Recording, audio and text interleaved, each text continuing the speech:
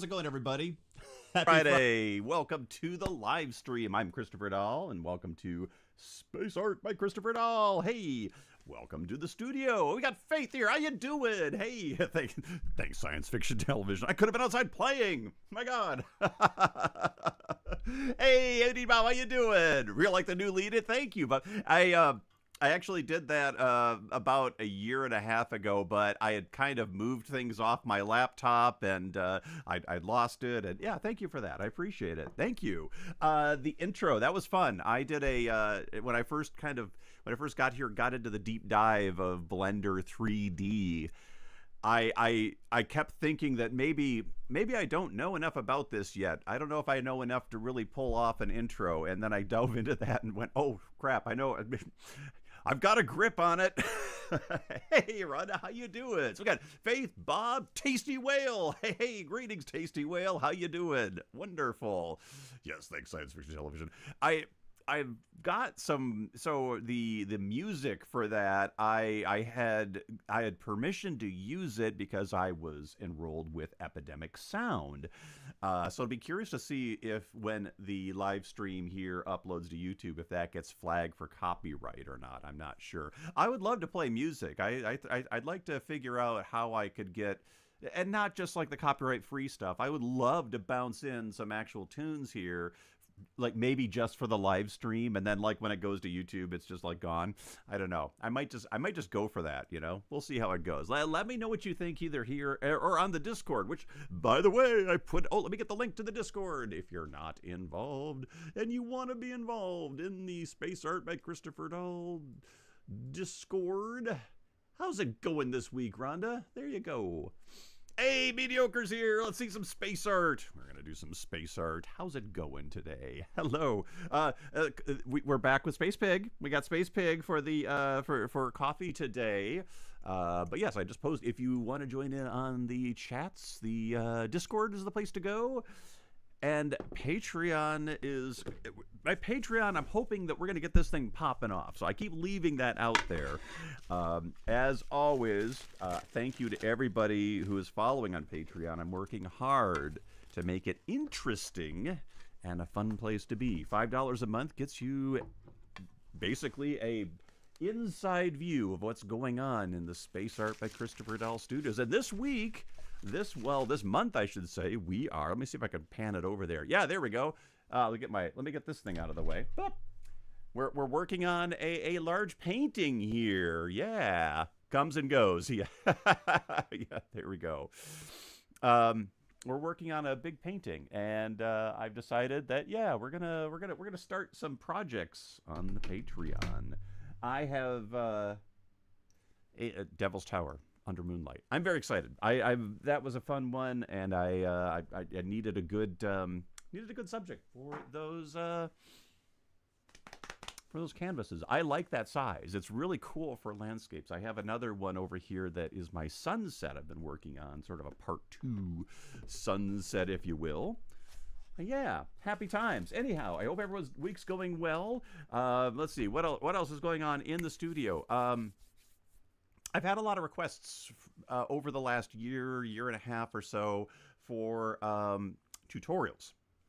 And I think, hey, Andrew, how you doing today? Greetings. Hey, did someone call Chris Dahl? Greetings. Christopher Dahl is on the floor. Christopher Dahl, to the floor, please. Thank you. Where is he? Christopher Dahl? Oh, he's standing over there at the front of the store with a cigarette. There we go. One of the other weird projects that I'm doing over on my Patreon here. Yeah. Greetings, everybody. I know that was a weird one out of left field. This, by the way, is this is Musicland 812 in the Lansing Mall, circa 1980s. Oh, let me see. Do I have any others over there? Let me. I am building. What am I doing? It's insane, everybody. I have the madness in me. No. Yeah. I'm doing something a little crazy here, and but it is with reason, right? It is not isolated madness, right? There we go. The Memories of Media series. There we go. I have captured in Blender 3D of all things, why on earth would I do this? I don't know. No, there's a story here. Oh, look at that. That's really great. I think my favorite. I don't know if I can get to this one. I keep taking shots to see how things are going, but this is like the silliest thing. I know. Oh, there we go. Yeah, yeah. Because what? Why not have ridiculous self? The tapes. The tapes. I got to get to the tapes. Where are they? Where are the tapes? Come here. I have a close up of the tapes here someplace. I'm always shooting as I'm building. There we go. The tapes. Look at this thing. These are. If you know Blender 3D, these are literally just little boxes. But when you get a proper material on them, I swear I could grab them. And not gonna lie, that looks like a tape in that store because I set all the lights to the right colors. Anyway, it's just fun. I'm having a good time. Hey, here we go. Memories of Media Series. It's a cold and wet 60 degrees for Southeast Texas. Congratulations. We took a dip down there too. We must be getting legs of your weather system down there. But you had the crazy tornadoes. Oh my God. Not your end of Texas. Northeast Oklahoma had some crazy tornadoes. There was some nuts stuff. Should be uploaded to the Internet Archive as a museum of dead malls. Yeah. Well, it's funny. I don't know what. The short of it is my former manager from Musicland 812 in the Lansing Mall, Loyal O'Leary, man with an epic mustache. He reached out to me about a year and a half ago. He'd found some old cartoons, some old comics that I had drawn of my coworkers and myself at that time, and I'd completely forgotten that I did these. I used to do this all the time. I would do little cartoon comics of coworkers and friends at different eras, and I'd forgotten about them. But he also had photos from one of his parties. It might actually have been the last party that we were involved with. We had a really cool crew of people, and I'm gradually reaching out to them, which is hilarious. Hey, Raoul Dukes here. How you doing? Oh, you don't, Russ, I don't think this will fit my boombox. Well, the photo is big, but they're actually I if it existed in real space, Rhonda, it actually is the correct size. It's just that I have the camera sitting right, it's like the camera's right next to it, right? It's just fun. Oh, Domenico, greetings from Palermo. How are you doing? Wonderful to see you again. Happy afternoon. What I'm guessing that weather's starting to get happy over in your neck of the woods this time of year as well. Thank you. I can't wait to go on a tour to meet you in person so I could do a food tour of Palermo. I absolutely cannot wait. Thank you. Hey, Raoul Duke. Yeah, I think. Greetings. We are going to have a happy Friday here. But yeah, I'm doing some crazy stuff. The store. What am I going to do for the store? Anyway, so I got these cartoons, and I thought, well, I want to post them for the people that as I run into them, some of the other coworkers, I thought it'd be fun to have them in a central place. And not everybody's on Facebook, right? And so some of us are, a few of us are gathering there. So I don't, and that's cool. I thought if I put it on my Patreon, I kind of consider my Patreon, aside from a money-making vehicle, hopefully, it's kind of going to be my repository, because I kind of can run with it for as long as Patreon exists. So I was either going to put it there or on my personal website, my WordPress site, but I don't know. That my WordPress site might have to be revamped pretty heavily here pretty soon. So I don't know what I'm going to do with it. Anyway, I thought, what the heck, I'm gonna let Patreon be my source, keeping them free. Out of all my Patreon stuff that I'm doing, I'm keeping some things in the clear. But yeah, if you want to join in, we're gonna be doing some painting and tutorials. Yes. Oh, sorry. I just hit. Oh my gosh. Oh, my elbow just rolled off the corner. Oh, that was terrible. Hey. So anyhow, what are we gonna do this week? Let's see. Oh my god, I really enjoyed the spaceship in oils from last week. It's on the wall over here. Hang on, let me go grab it. I can't wait. And we have the. Where is it?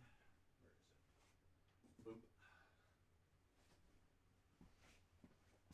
All right, we have. I've been working on a lot of smaller stuff lately, so it was kind of nice to get back into something that was a little bit larger. Here we go. So this was last week's. What did I call this one? Let me get it. So the there we go. Less glare. There we are. This was my clipping Beetlejuice, and I do intend to come back and finish this on the live stream, right? So yeah, there we go. Yeah. So that's where I'm gonna finish it, but I. I had another thought for tonight. Oh wait, Raul Duke says, "Where is there a way to join without Facebook?" Oh yes, here, just it's on my. Let me get the direct link. It is actually on the Patreon page. Let me find it here. Da, da, da. I will leave the direct link for the story itself in my. Just waiting for it to find all my links here. There we go. Bum, ba-da, bum, bum, ba-da. I've been Okay, so for those of you that are on Patreon, I've been posting a lot. So if it's too much, you're absolutely welcome to curtail the notifications. Here we go. Boom. All right. That will be that's the first part of the post, and really all it does is it kind of goes into there are other people involved in this mission, right? So there are others. I lived with I had a couple of roommates, and we had other friends outside of the Musicland store, but in the Lansing Mall. Nope. It's for free, Raul Duke. You can go ahead and just it's in the clear. You don't even have to. I don't even think you have to sign up. I think if someone, let me make sure. I will do a private window and double check it. I don't think you do. This is me not knowing, right? Dun, dun, dun, dun, dun. Dun, dun, dun. No, there it goes. Yeah. You can see the whole thing. Yep. Yeah. There we go.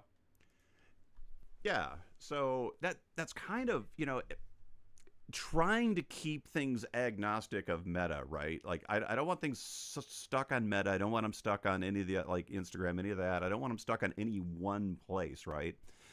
Patreon's pretty agnostic. Anyone can reach it without being signed up. Of course, my website is christopher-dahl.com. I debated that. I don't know which one was going to be better, to put it on my Patreon or my personal site. Anyway, yeah. But like I said, my personal site might be it's going to be getting some work anyway. There's a lot there that needs to be cleaned up and tweaked, so that might happen. Anyhow, what we're going to do this week. Alrighty, folks. Let's see. Oh, anyway, I didn't finish the story. So the Musicland is what happens when you add a lot of coffee to somebody with ADHD. I had a lot of coffee. So the music store, the Musicland store, if you will. Bump, ba-dum, bump. Yeah, that's just ridiculous. It's a let me bring it back to a better view. There we go. I love it with my name on the logo. There we go. I want to redraw the comics that I have a little bit, because they're kind of I just did them on I did them on Musicland letterhead. Can you believe that? Oh my gosh, I can't believe we had Musicland letterhead. We probably did. I think we had anyway, so yeah. So I want to kind of just nice them up, color them like I did my character here. And as also an exercise in building environments in Blender 3D. I've done a few. I've done a few that are just kind of like set a mood, set a tone, set a vibe, that sort of thing, and that's where that's coming from. And the challenge for myself is the store is all flats, right? I mean, the reason I was able to pull this off is that I actually have a reference photo that shows all of the see how there's all these vertical panels, see the black lines there? Those are 4-foot sections, right? 4-foot sections. And the photo that I had showed the whole back wall. So I was like, well, shoot, I've got the whole rectangle right there. And, I know how to texture. So there we go.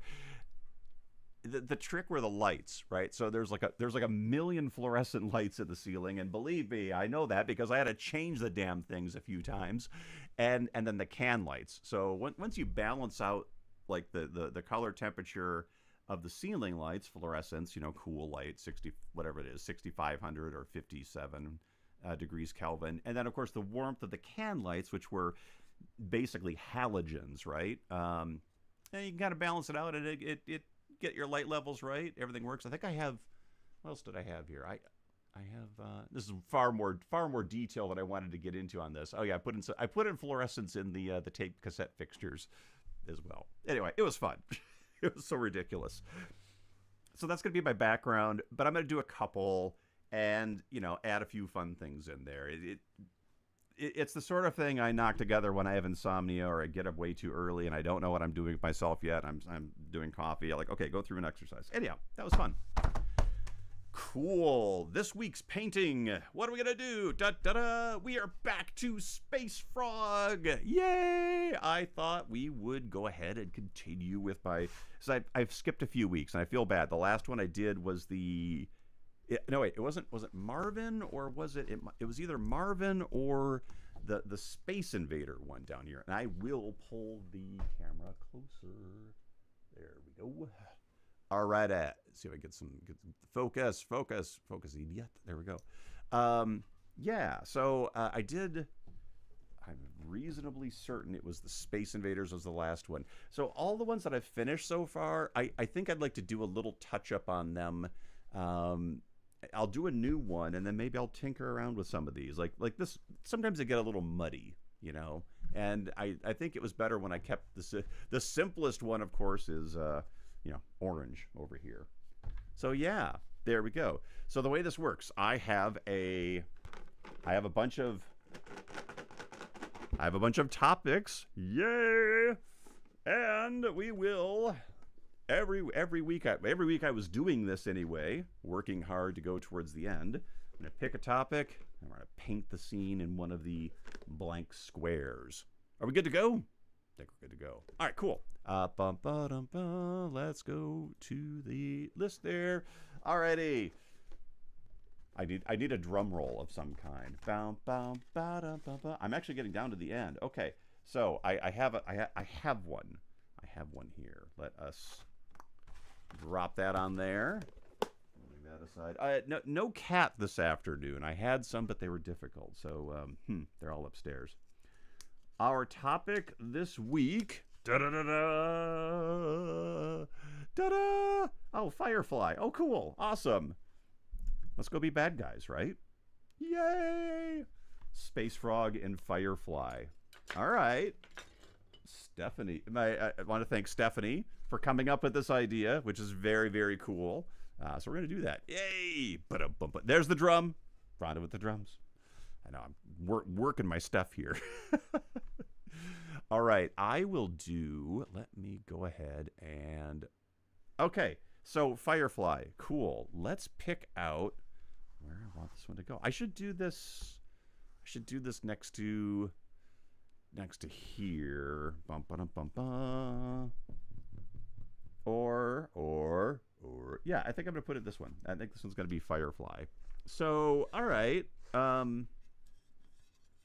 I can take this a number of ways, right? I could do this as I've got my gold plate, I've got my glass palette here because we're going to be working in acrylics this week. We have, grab some right here. We'll be working with my my liquid golden fluid acrylics. So changing gears a little bit. I've been working in oils for a couple of weeks. We'll see how this throws me. Yeah, the concept here, it could really be any interpretation of the word firefly. It doesn't necessarily have to be where my brain goes with it, which of course is, take mine. What is my coffee of choice? I am a, let's see, what do we have here? This one was, so I make we make a straight coffee right now. We're using well, I'm using a Keurig. It's currently in our short get me coffee mode here, but we use the reusable pods. That we don't use like the ones you get like the Starbucks pods. The coffee we're getting is from Woods and River down in Oil City, and yay, they have excellent coffee. I forget where they're getting. Yeah, Leaf on the Wind. Ooh, I'm a leaf on the wind. I like it. Yeah, so we're supporting local, and they are supporting us. Stephanie works with them, so, and it's really good coffee. I take mine black. I take mine straight up black. I am I don't like a lot of frills at it. Even when I do a fancy drink, it's usually like nobody can make a cappuccino. Nobody knows how to make a proper cappuccino, right? Support your local roaster. Yeah, they have somebody from, I can't remember if it's a nearby town. It's somebody within the county, though. I forget who it is. Leaf on the wind. I'm liking where that's going. But yeah, we actually also grind it here too. It's really disconcerting because our backup coffee is kind of like, oh, the emergency store of Folgers. And boy, I tell you, when you're going strong with a good locally roasted, fresh ground bean, and you shift over to the coffee I was probably making in my apartment in October of 1986. Ooh, yeah. Ouch. Hey, Wes is here. How you doing, Wes? Good to see you. Hello. Rhonda says my coffee of choice is Pepsi. Hey, I am a cola nut.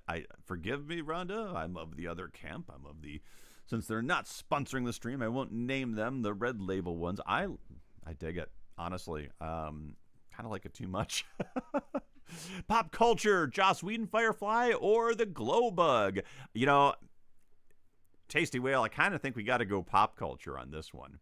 But yeah, I'm thinking Leaf on the Wind. Oh boy. With Space Frog, no less. Well, see, that just gets sad. Okay, that just makes me sad instantly because we all know what that references. Thanks, Rhonda. No, I'm kidding. It's so great. I love it. Yeah. Have to think about that one. Big Red. Big Red. Wait, is it Big Red? I'm trying to, let's see, Big Red. Dun,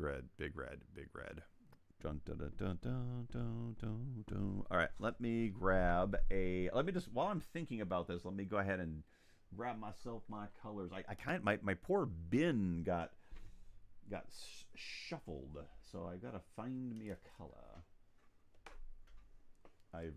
In between what I was working on the oils, I just kind of shuffled everything out of the way. It's pretty funny.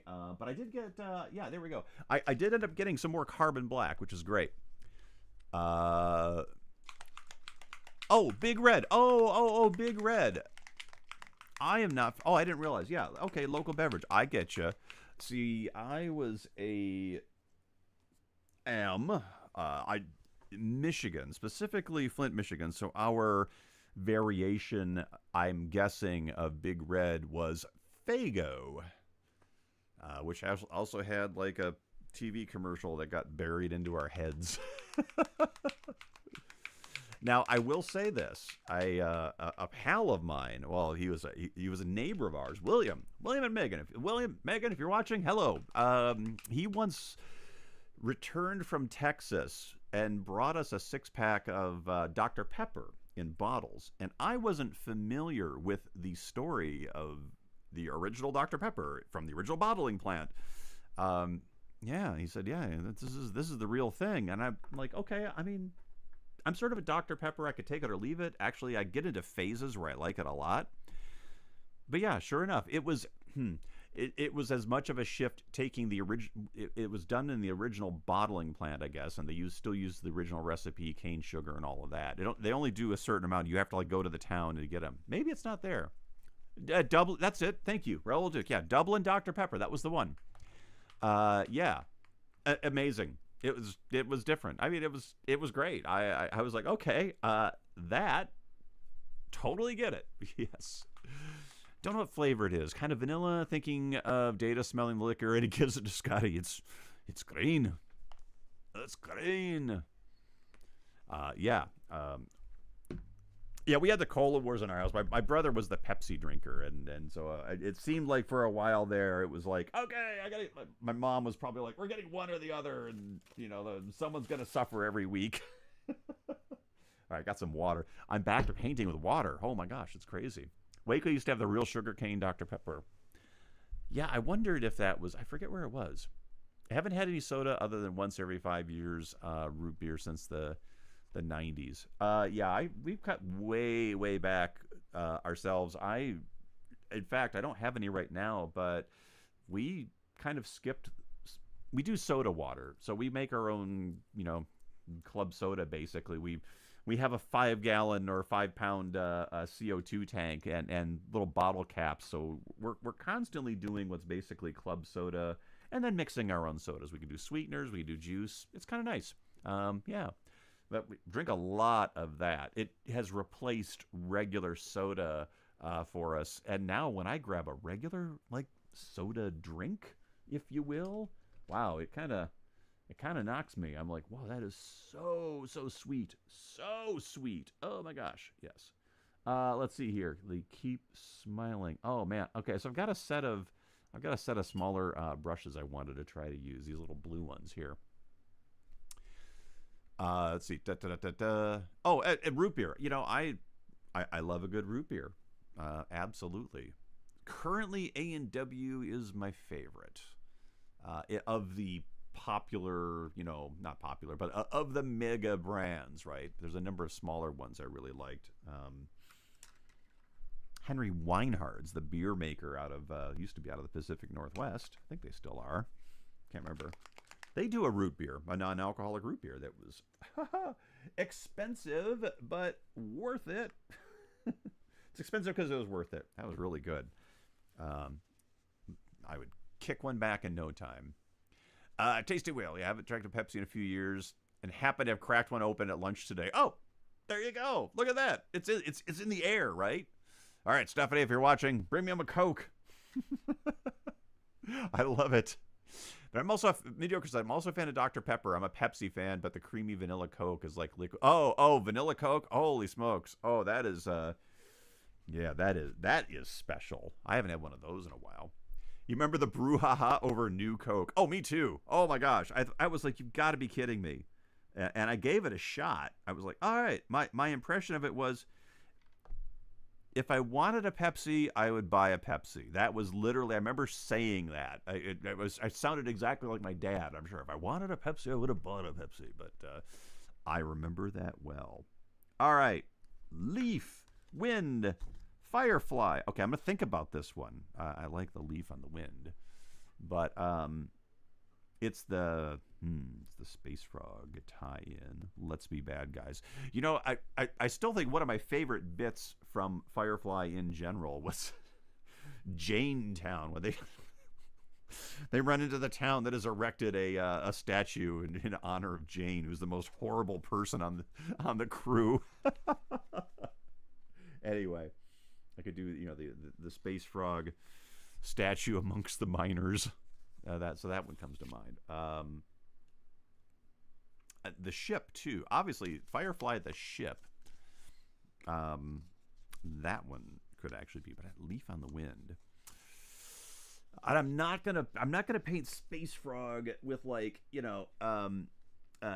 I'm just gonna whittle. I'm gonna just get my brush moving. I'm not gonna paint Space Frog with a gigantic skewer through him. That would be.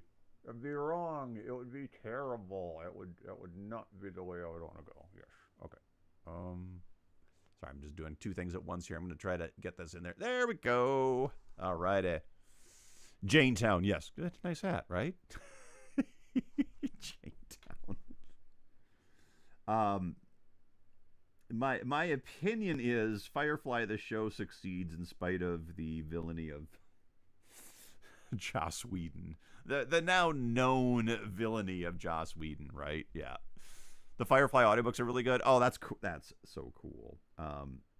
And I genuinely think that the cast had a lot of fun with what, they only shot the cast and crew. They only shot that show for 6 months before it was canceled. Do you realize? That's like, I think I was watching an interview with Marina Baccarin, whatever. Yeah, she was saying that they only shot for like 6 months. which is really kind of weird. So in their memory, it must be strange to be like, okay, there's this show we did, and then it got canceled, and moving on to 3 other things, and then it takes off, which is probably a lot like what happened with the Star Trek cast, right? The books have titles like "Damn Big Damn Hero." I like the idea of a space frog Jane statue. I kind of do too. I'm sort of digging that, right? Oh, you missed the space frog. Okay, here we go. Folks, we are doing for those of you just joining, we are doing our we're doing our drawing. We draw a theme out of the bin here for a space frog scene, and this week's theme is bunk Firefly. So there we go. Big damn hero, right? Was it? Let's go. Let's be bad guys, right? Yeah, I'm gonna paint the. Okay, so I'm gonna paint the scene like I'm gonna ink this one. And maybe what we'll do, everybody. Let's do this. Since I've skipped a couple, I might ink 2 of these, and we'll see how far we can go from there. There we go. Da, da, da, da. Did it freeze frame or just you? Let's see. I am still seeing live. Doesn't that say Fearfly? No, it's a proper. It's Firefly. It is. There we go. Yeah. Bum bum bum bum bum bum bum bum. Yeah. All right. So here's what we're gonna do. All right. We're gonna. Okay. Here's how it's gonna work. Let's see. I need that to be like right here. So this will be like the Genesee Valley frog. It'll be his own sculpture. So yeah, we'll have. All right. I'm gonna start with his head. It's gonna be like his eye, and then his body. Oh, look how thick that's coming in. So this will be good. Yeah. Refresh did it. Okay, cool. Yeah. I gotta tell you, I'm kind of frustrated with Patreon does like you can live stream with Patreon. Well, in theory, yes, but the implementation of it is terrible. So I'm just gonna if you are a paying Patreon subscriber, I'm gonna continue live streaming the same way. You'll see the same notice, but I'm gonna use YouTube to do it. It'll just be unlisted and accessible only to my Patreon followers. Thank you. Anyhow, yes. So I'm trying to draw this as if it is a statue. What were the Jane hat colors? It was like red, yellow, with a white poof ball. Yeah, there's like there's sort of orange. There's a little bit of a darker orange red. There's sort of a maize mustardy yellow, right? And because he was because we're talking about mudders, mudders, they make mud for composites. He was going to be wearing his statue was going to depict him wearing his mudders overall. So there we go. Da, da, da, da, da. And then, the thing out in front here, the sign, little base. And a little field behind. And then what we'll do is we'll have just the feet of Jane back here. It's like as if they've knocked this one over. So we're just going to put his feet up here. There'll be some rubble down over there. There we go. Yeah, and the poof ball is mixed colors, not white yet. Frogtown, right? The Jane of Frogtown. And let's see if I can get this. It's weird. I've been working in larger scale paintings, and so now coming back to this has actually been kind of funny. Let's see. We are going to go with, okay. Let's do this.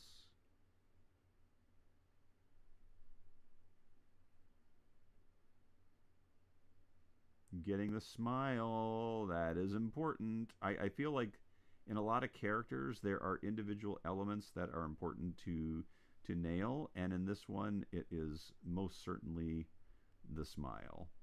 So yeah, we'll just have to like have this be, make it look like it is the statue. And then down in front here, we'll have some people coming by with their hats, but we can't really see their faces, right? So we're gonna be like, they're just gonna be walking by, doing their stuff. Maybe carrying. That doesn't really look like a person, but we'll pretend it is, right? We'll just put some people in there, and then let's see, a little background of a hill.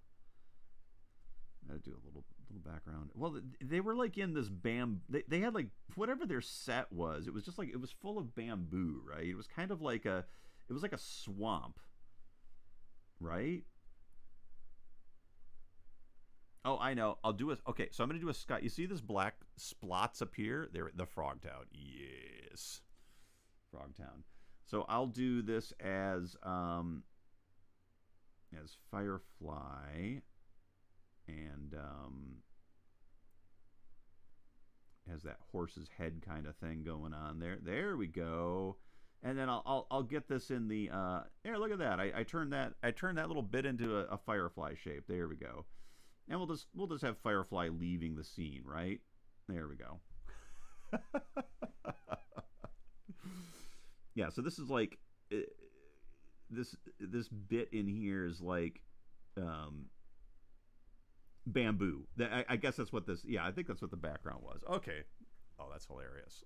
All right, let me let this one dry up a bit.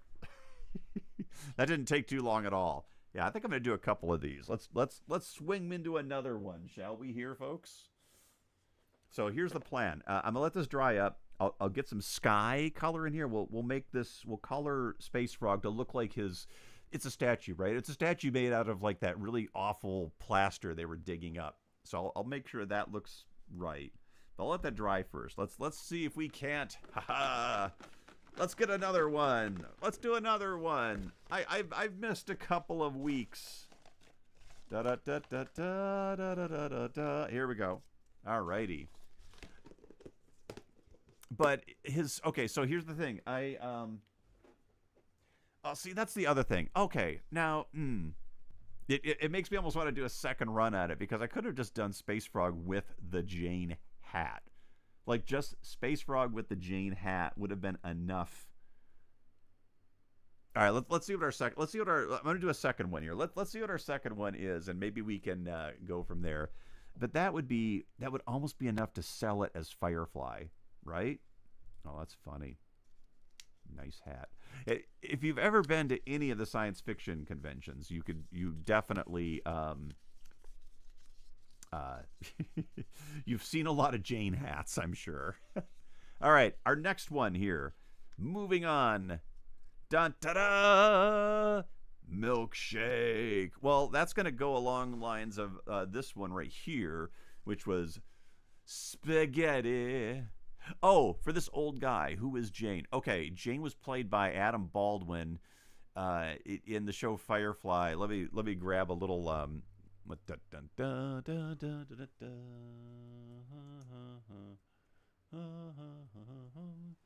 hang tight.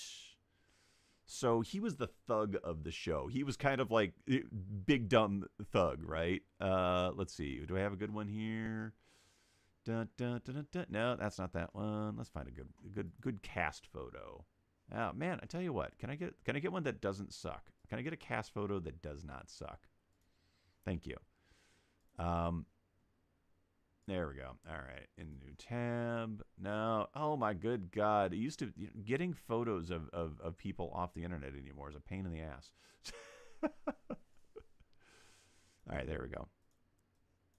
Bum bum bum bum bum bum bum bum bum bum. Ah! All right, it's not doing as well as I thought. Too late. Yeah, he's this guy. It's a tiny photo. Jeez, so ridiculous. Okay, Jane Cobb. There you go. Yeah, one of the Baldwins, right? Yeah. I have never watched Firefly. Oh, okay, cool. Hey, that's cool. Don't worry about that. It is. Let's see. what 13 or 14 episodes. It's a short show, which is really cool. I don't even know who's. It's probably running on like Peacock or something like that. Maybe Hulu. I forget. Yeah, entertaining show. I will say that it was far more entertaining and fun than anyone expected it to be. It was kind of like the magic all clicked, and then it only ran like not even a full season. So there we go. If you That's right. There, Rada's got it. If you Google Jane Cobb's hat, you will see. Yeah. So the short of it is, he was the hired gun of the crew. So imagine, basically, Firefly, the ship, is Han Solo's Millennium Falcon, right? And yeah, go figure. My Firefly model is upstairs. I thought maybe I had one on the shelf up here behind me. I don't. So anyway, crew, ensemble cast. What, seven of them, and they're all on this ship. They're all broke, and they're all just like doing jobs. And it's kind of got a Western theme to it. That was like its shtick was, hey, we're gonna do sci-fi but a Western. So they're all dressed like cowboys. The premise being that in mankind's push to this other star system has like 100 habitable worlds, or anyway. There's a lot of there's some pretty serious science hand waving going on with regards to the star system that is being portrayed in Firefly. It is. There's all these planets that look like they look like the backlot at Hollywood, right? Every one of them, and many of them have horses. So yeah, he's and of the ensemble cast, he was the dumb hired gun. He was. That was the way they played his character. Yeah, sort of questionable character, just absolute chaos, right? And that's the way they designed him. The cast had fun together, but guess Joss Whedon was a prick. From the stories I've heard, it's kind of interesting. I'm like, geez, okay.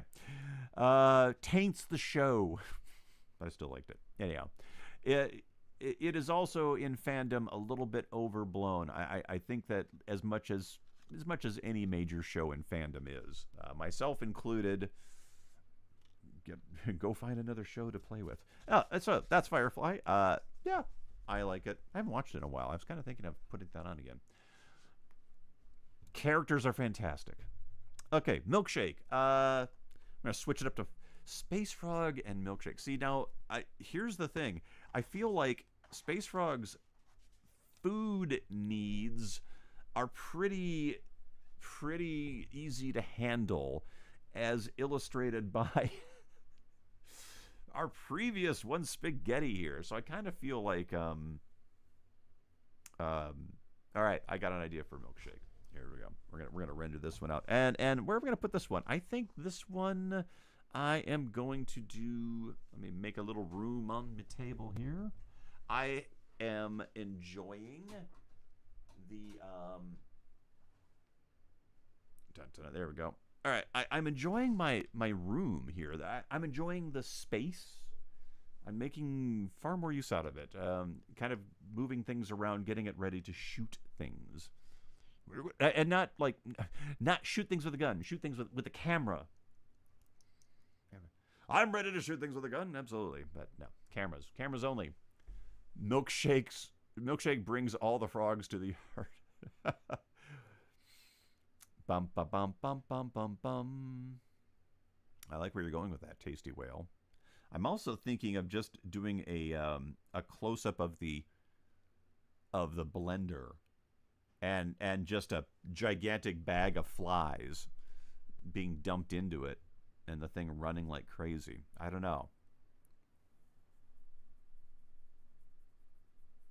Because flies, right? That's the but Milkshake brings all the frogs to the yard. Switching up to food is really weird. Oh, so here's a fun thing. Here we go. Yeah. I'm going to put this one under the one we just did. Although I shouldn't do that. I should do this. Now we'll put it right next to. We're going to go right next to, right next to here. So we're going to go milkshake right here. Yeah, I think I'm going to go with this. Oh, this is actually kind of tough. Honestly, now that I get, kind of into the weeds on these, they're a little tough. Currently streaming on Hulu. Thank you, Rhonda. I thought I saw it on Hulu. I'm pretty sure that was the case. All right, here we go. I need we need a Vitamixer. Too much of this. There we go. Need a Vitamix. This is the lid. We watch a lot of cooking shows, right? So in my mind, it's pretty easy for me to think of what a mixer looks like. I mean, aside from cooking shows, we also ran a bakery where we had, I don't think we never had a Vitamixer. No, but anyway. Same principle. I will make sure that the mixer shape is quite obvious. There we go. Ba-dum bum bum bum ba-da-bum. I got a hair right on the end of this. It drives me nuts. Okay, cool. I will make this the handle side. You know how this is like clear? Okay, so I'm thinking this is like clear plastic, right? There's a lot of weird things that happen when you're trying to depict a clear material. So what I like to do is get the edges defined first.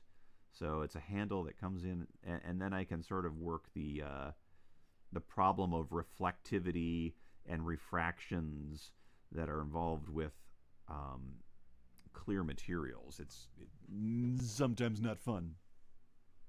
Nah, it makes it exciting. All right, here we go, and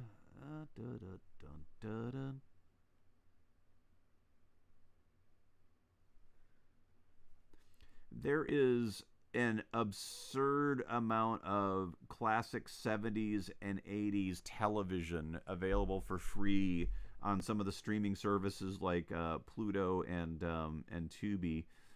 You can actually make your house sound like 1978 by sticking on Love Boat, followed by Fantasy Island, followed by Charlie's Angels on a different night. In theory, you could replicate an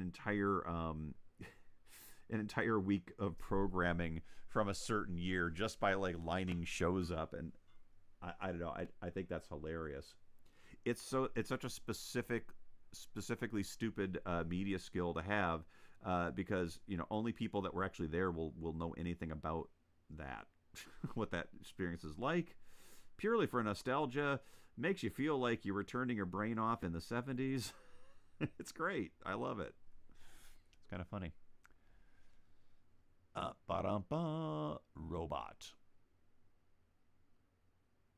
Oh yeah. Like make this make it like a robot milk. So are you saying that he's is this like a Futurama thing where he's like it's a walking robot with a milkshake. Like there's no, so the head is the milkshake, right? The head is like this part. Yeah. Oh, Wes is right. Yeah. Jane, Adam Baldwin playing Jane. Oh, yeah. Oh my God. Yeah.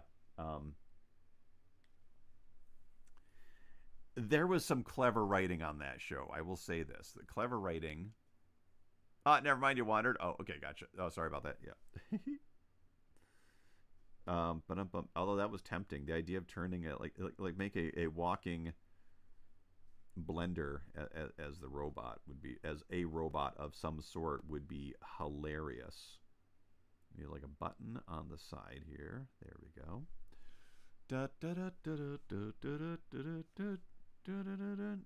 Little shadow is going to be kind of like on a tabletop here. Yeah. Oh, I know what this reminds me of. This reminds me of when someone was asking earlier. Yeah, nice vitamin. Yeah, there we go. When someone was, I forget who. Forgive me. I forget who asked about the coffee. Our shop, Woods and River, that we go to, they've got a couple of nice mixers on hand, and I have gone down with Stephanie when she works for them. So I've gone down a couple of times, and there's like the wand out here in the background for the coffee. and all that stuff. So I'm going to make it seem like we're in. Yeah, there we go. Woods and River coffee is now going to be depicted here, but with Space Frog. As they say, does it blend? Yeah, does it blend? Right. Yes, does it blend? We are mad about cooking shows here. Let me tell you, we love our cooking shows for sure. Okay, so all right. Now let me get. We have to do a couple of things here. I have to add some detail on the mixer, like because I have to round the corner. Remember, this is a clear form here, so there's like, there's little gradations of all the, here's how much stuff you've got, that kind of thing. A little refraction here, a little fraction where this is like the edge, so it's yeah, there we go. Little cap, little cappy thing on top. There we go. Refractions. Excuse me. Ah. Too much coffee. Okay. And this is actually this part here is supposed to be a piece of black plastic, but I'm just going to leave that as it is. And we'll, I just read this book, The Infinite Sadness of Small Appliances, that had the brave little toaster feel. Oh, no. The anthropomorphizing of appliances, which I do all the time, I swear. That's where you might want it to.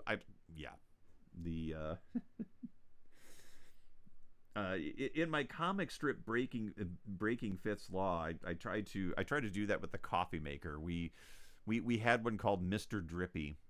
That was what we ended up calling our coffee maker at Microsoft. My pal Andrew and I. Andrew, if you're here, remember Mr. Drippy. I don't know if you're watching today, but that's okay.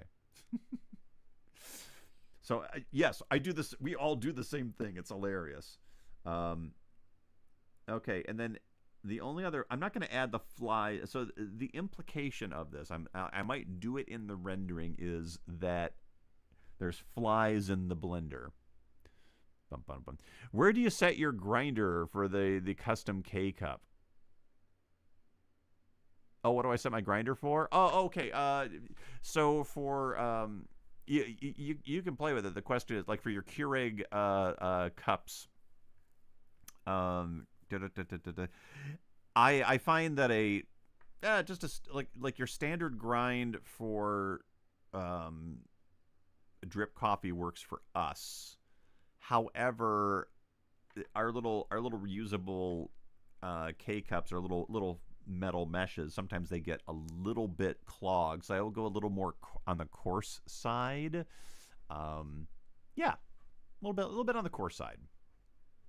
Oh, it was amusing and sad. Yeah, the main character was a Roomba. Oh, I can totally get that. I can get why that would be the case. Yes. Bum, ba-dum, bum, bum, bum, ba-dum, bum. I mean, yeah, we're on the verge of having all sorts of.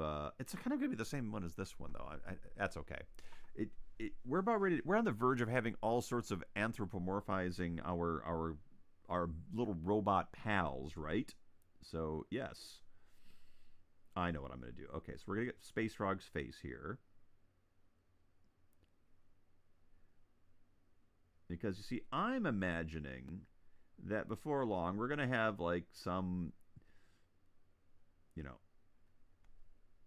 It'll be mandated that everyone has a droid, not only to do their laundry for them, but to watch what they're doing. Ha ha ha! Dun, dun, dun, dun, dun, dun, dun. I don't know. Maybe, who knows?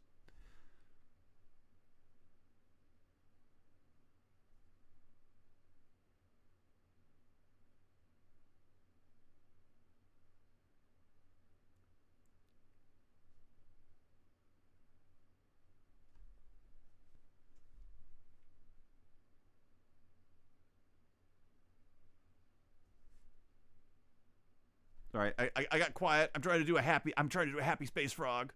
All right, and let's just see a bag of flies. No.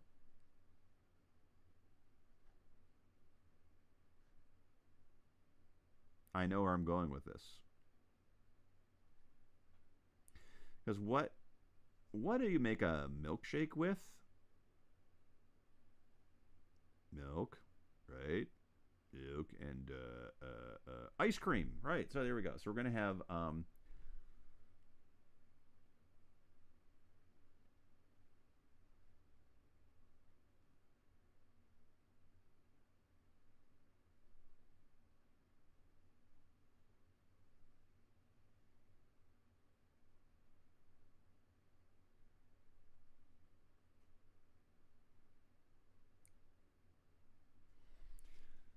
fly ice cream. Googled Firefly and it shows a reboot for 2028. Oh yeah, yeah. There we go. Yeah, Wes has got it. Yeah, they're doing a yeah, they're doing like a reboot. I'm gonna have him happily holding his with anticipation. Space Frog is holding his container of fly favorite ice cream. There we go.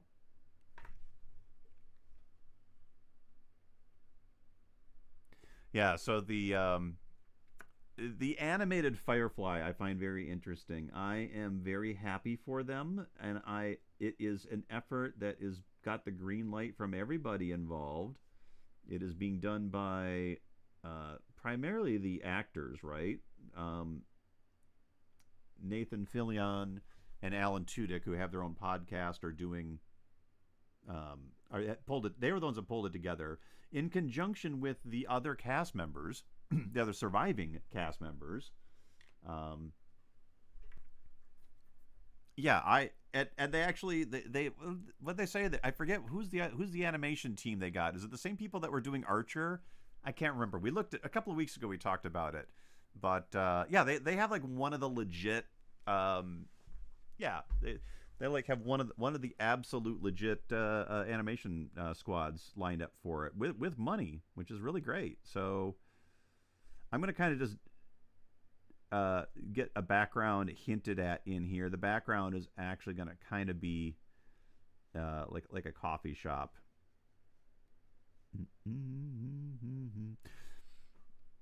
Yeah, if you for those of you that haven't that are interested in the in what's going on with the podcast that the interview podcast that Nathan Fillion and Alan Tudyk are doing, they talk about it quite a bit, and it's pretty funny. Apparently, they'd had running ideas of what they wanted to do with their characters, and some of them were very very silly. It's really fun. I think it's a good time.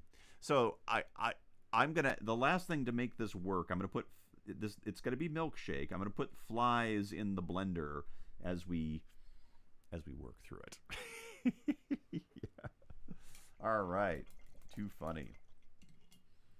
It's kind of similar in tone to my spaghetti one, but I think we're okay with that. Yeah. All right. Okay, everyone. Let's see. We are at 4 o'clock. 4 o'clock my time. 1 hour into it. I'm going to take a quick break, and I will be right back. We are going to get going with filling some of these in. So don't go away. I will be right here. Stick around. Thank you. Now I got the Firefly theme going through my head.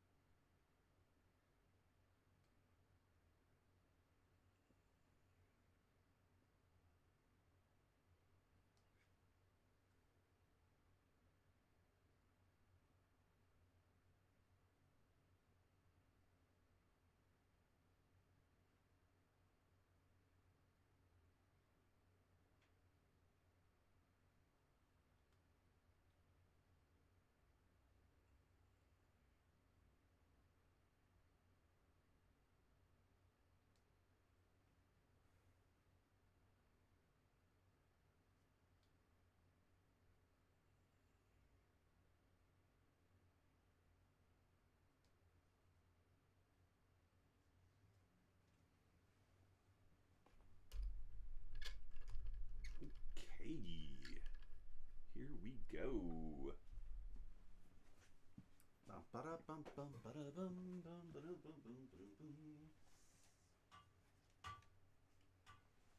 All right, everyone. We are back. Thank you so much, everybody. Oh, I didn't have my ears on. Thank you so much. Oh, I'm gonna put those back on. Yes, make sure I'm not cracking up on the sound. Thank you, everyone, for joining. It's Friday afternoon. I'm Christopher Dahl. We are Space Art by Christopher Dahl. Live stream Fridays. Hello, milk and shake. Yeah. But about Raul. Wes says, Raul, I use a fill your own K cup and a conical burr grinder. Good move. Anyhow, thank you. We are working today on a little space frog.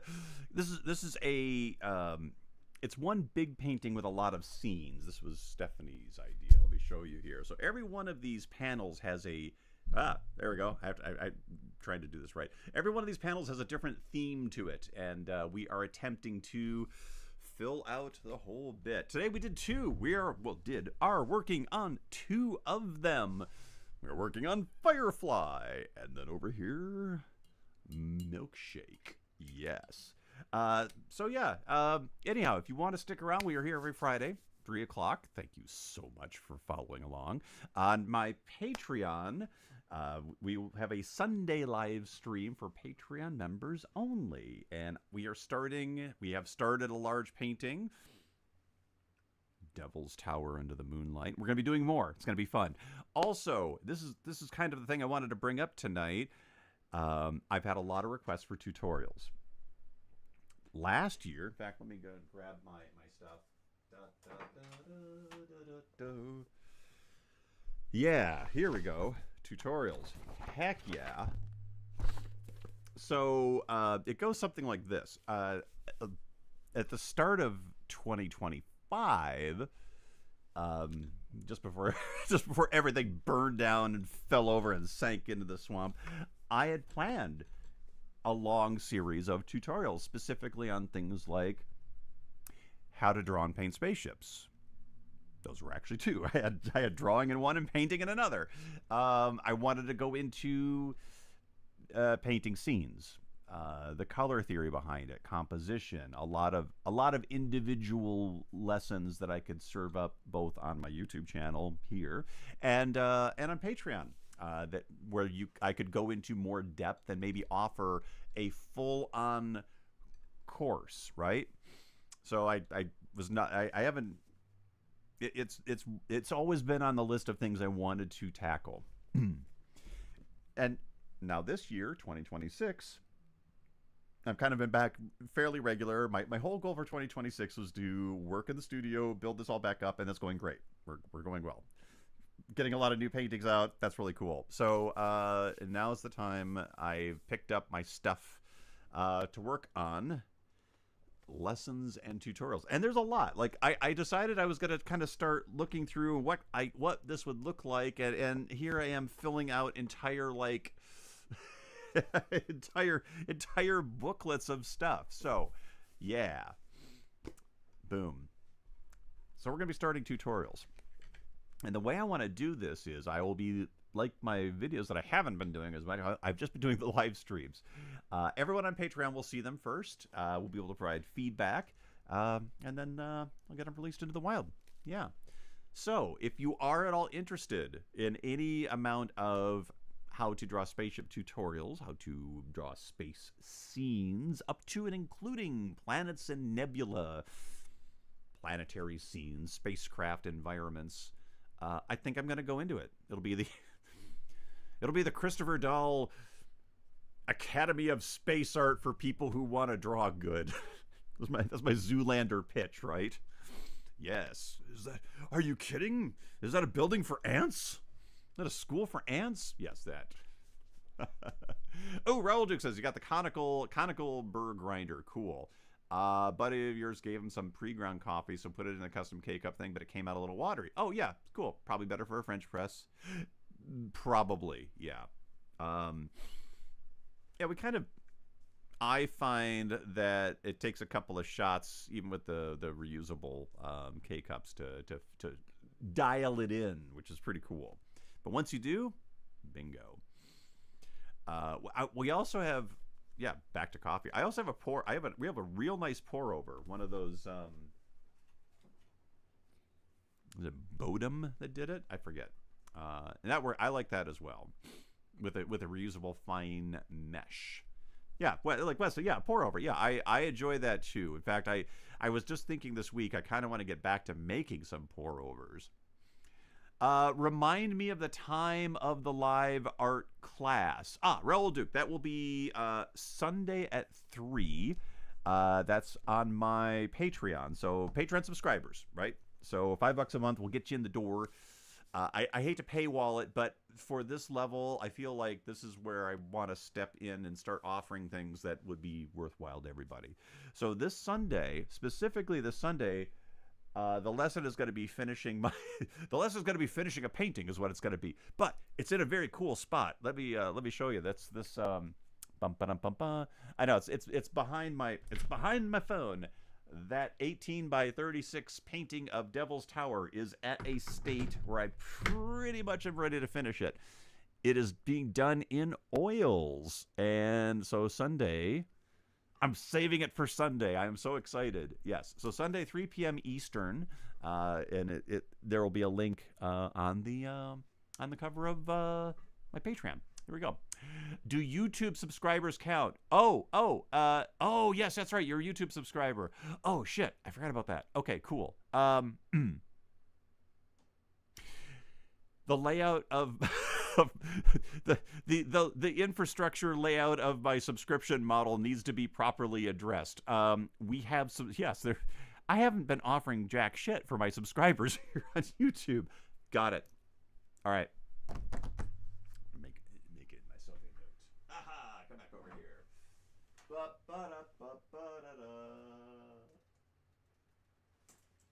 I have something else in mind for those, Raoul Duke. Yes, we will do that. I will roll that into the preview of the art courses. Thank you. Absolutely.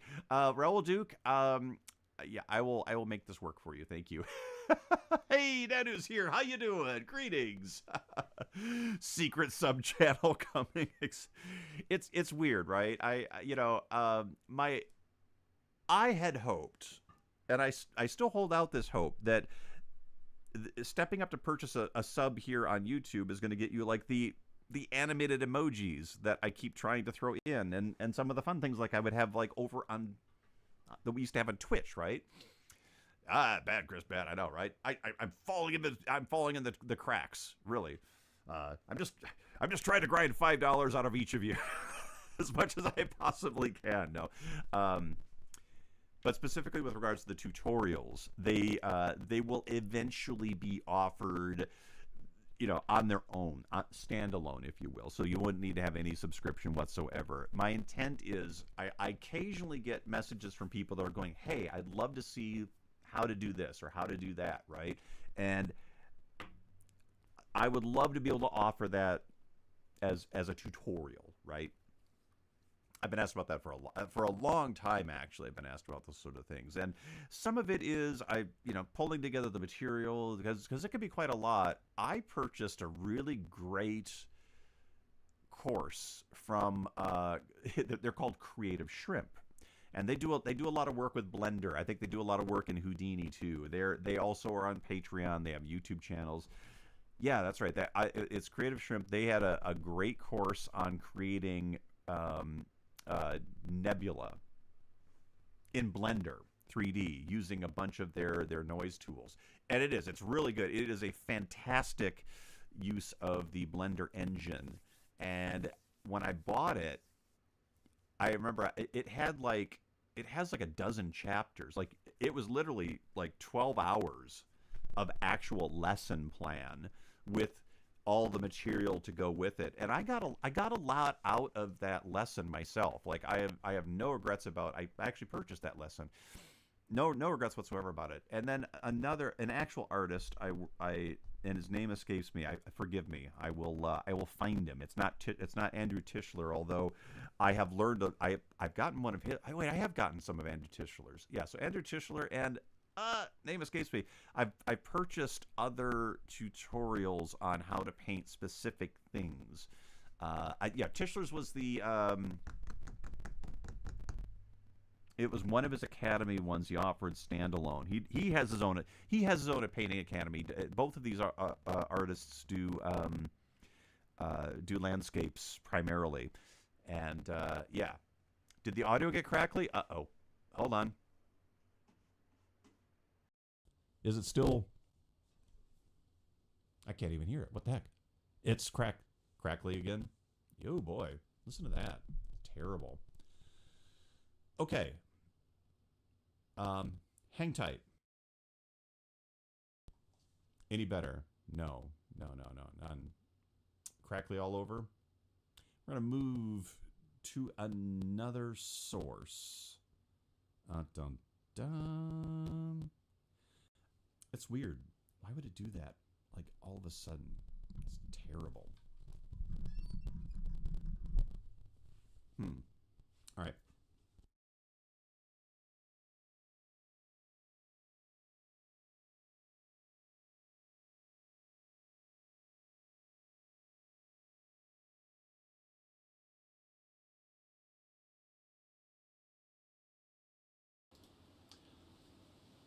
Okay.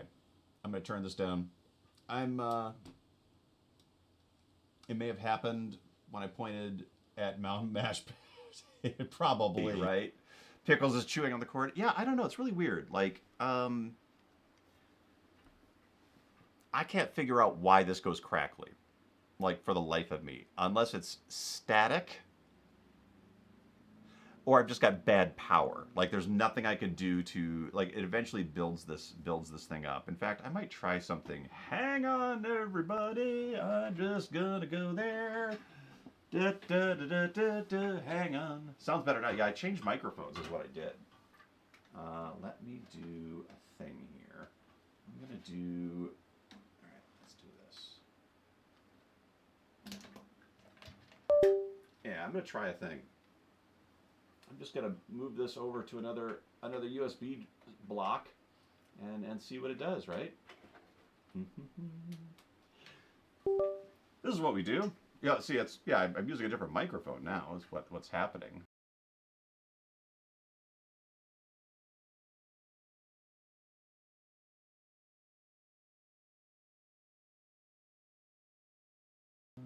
There's another thing that happens with these microphones too, is that they can get dust in them, and that makes it worse. So, I'm gonna try it. I'm gonna try my other mic again. Just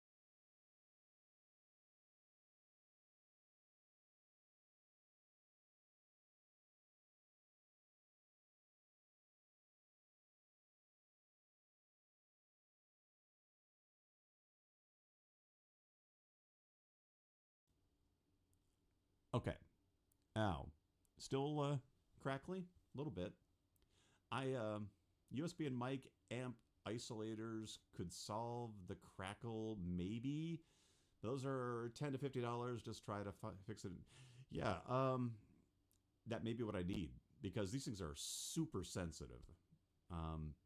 It could just be the static from my body that's screwing this up. Yeah. Yeah, it was an hour plus and it appeared. A little quieter, but not gone, right?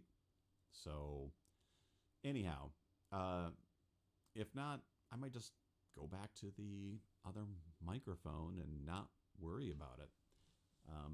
Although I prefer this mic by a lot. yeah. Okay. I'm just gonna continue. Let me know if it picks up again. Right? It may have been that I've just. All right. So, it's also attached to the same table that I'm on. So if I'm brushing the table at all, I'm introducing static to this thing. Oh. It's getting static because it's attached to the same table that I'm constantly touching. Well, that's a problem. Oh, good audio level with the switchback? Okay, cool, thanks. Yeah, I'm going to just let this go for now. There we go. Okay. Yeah, I'm not grounded, right? That's probably it, right? I should be grounded, right? It's like I'm right on the cement floor. We'll see anyway. All right. Huh. So, okay, tutorials are coming up. Yes, these will be official tutorials, and to your question, what I will do. Yes, I will be. I will try to make. I will try to make things good for those of us on the YouTube subs. Thank you. Yeah, fix that by turning off the gravity. You don't need to touch the table. Then I know. Right? Just reverse the magnetic constant of the universe. Q. I know it's just that easy, right? There we go. Alrighty, I'm gonna get some sky into our space frog one here. Bear with me for a second. I'm gonna go with some my sky mixture is a little cerulean blue. There we go, and we're gonna need a little titanium white here. I'm just gonna mix it straight up on the side, and we'll get it to go. Back into it.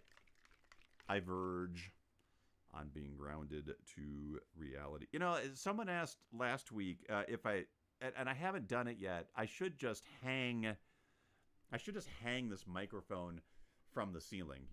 That would be the way to go. I don't have the proper gear to do that yet, but you know,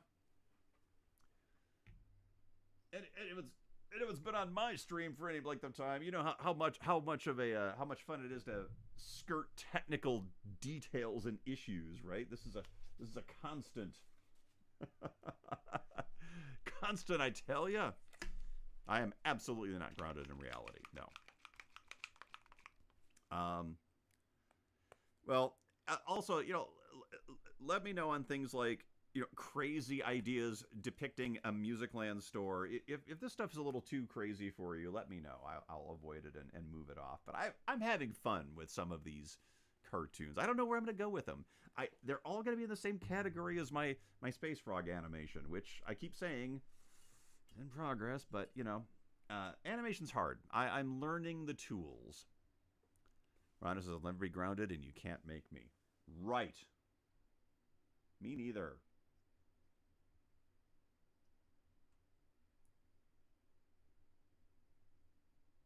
I've had a lot of people ask me, with the kindest of intentions, you know, maybe it's time to get a job. I don't know. Art's hard.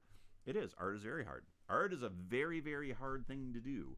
But I'm stubborn. I won't be grounded. I keep saying, yeah, I'll just go ahead and I'm going to ride this all the way to the crash site, which is my old my old standby joke from the comedian Ron White. Oh, I hear a human. I think human Stephanie has arrived back at home, which would be great. Here we go. Practicing the Blender animations with the work comics would lead to the future Saturday morning Space Frog cartoon series. And the Tasty Whale wins. That is my ultimate. How hilarious would that be? You know, Stranger Things have happened, right? Stranger Things. We're back on that. Stranger Things have happened, right? Yeah.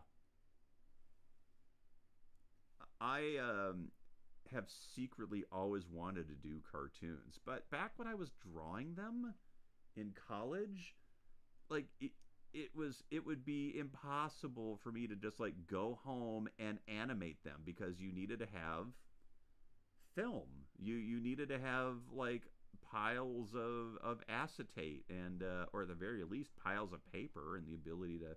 I did home animation. My friend Matt Wanbaugh and I did a bunch of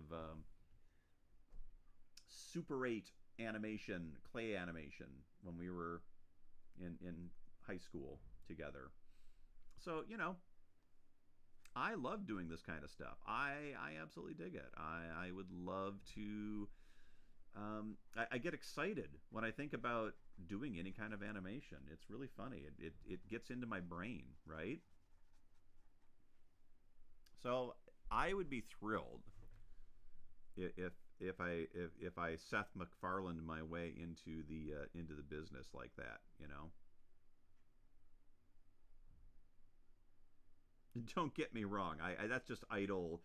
These are idle thoughts, right? I don't actually think that's going to happen, but I do think that regardless of where I go with the cartoons and the animations of the cartoons, it's going to be a lot of fun.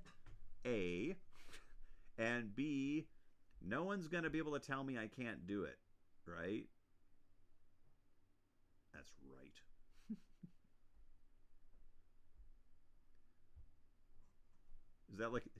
Is that like a core Gen X thing? No one's gonna tell me no, so I'm just gonna do it anyway. There we go. There's my Gen X coming out. I'm the gray haired expert, gray hair bearded 50-something-year-old expert. That was my pal Shane Styles came up with that one. Shane, I'm still cracking up about that. It's true. So I'm leaning into my gray bearded 50-something semi-expert thing. Yeah, there we go.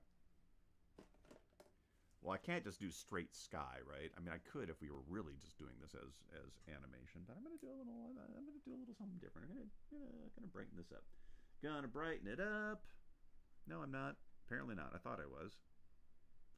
All right, it is gonna be just like in Disney animation style. Who knows? There we go.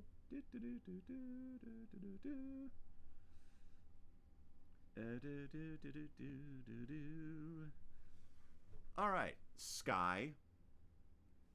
We have the sky. We have sky. We have absolutely done the sky. All right, I'm gonna grab some yellow oxide. I need some yellow tones here. I'm gonna try to render up his. I'm gonna go straight down the line here. I need kind of an off yellow. Yellow ochre will do nicely for that. I also need some more titanium white in the mix. Move this over so you can kind of see where I'm working here. Titanium white. Whoop. That right over here. All right. Now, the statue was it was so silly.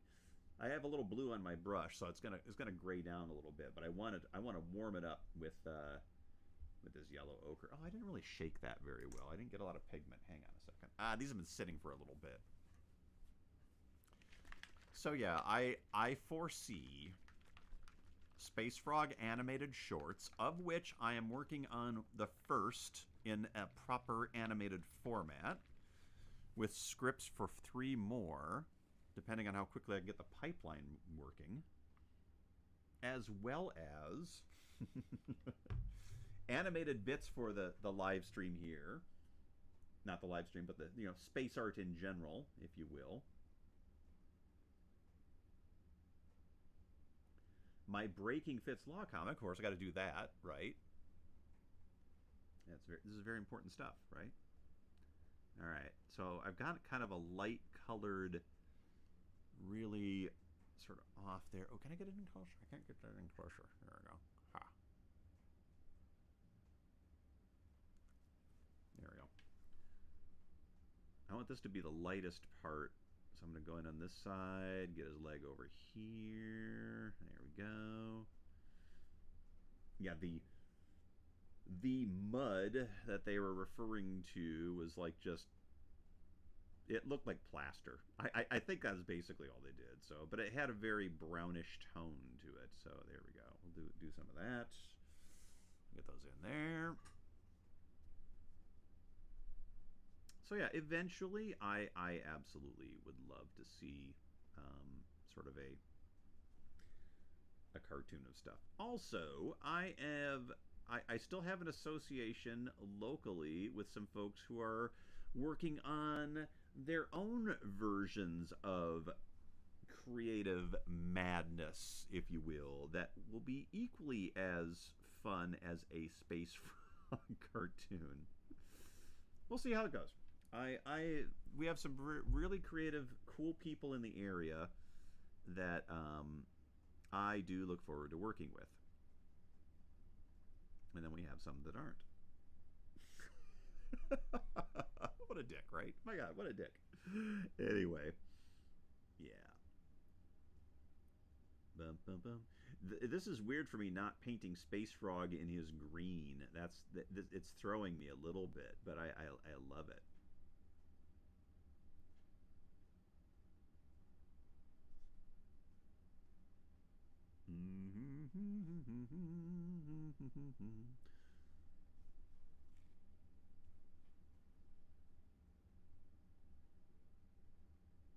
Oh, I have to. Yeah, I got over his face. Got over his. I think I can pull that off.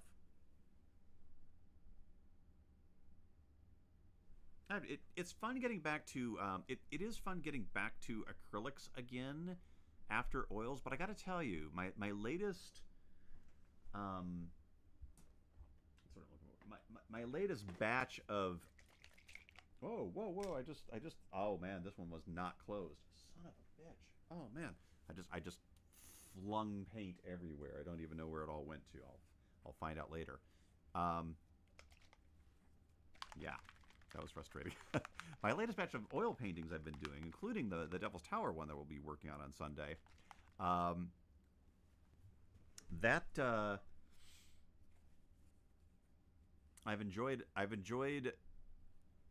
leveling up some understanding of how oil paint works. I have tried 3 different ways of attacking oil paintings. That are somewhat newer, if you will, and yeah, kind of just generally having fun with it. It's pretty cool. Not gonna lie, it's pretty neat.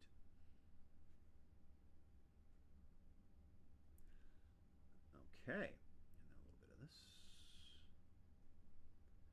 Kind of just mixing some color. I'm kind of mixing sort of a green, like a gray green, for the background here. We're just gonna. It is kind of greenish. I will, this will help me push the foreground and the background a little bit grayed down there. There we go. And what I'll do is I'm going to come in and give it some lighter color lines that I hope will help sell this on being kind of like bamboo. I'll get some light greens in here.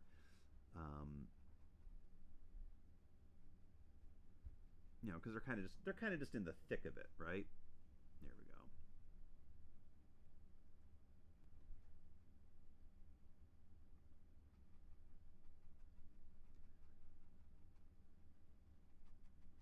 There we are. And then the ground, yeah. I had intended to put a person in there. That was the goal for that. But I don't really know if that's going to work out as well. Here we go. Got my ground plain color there.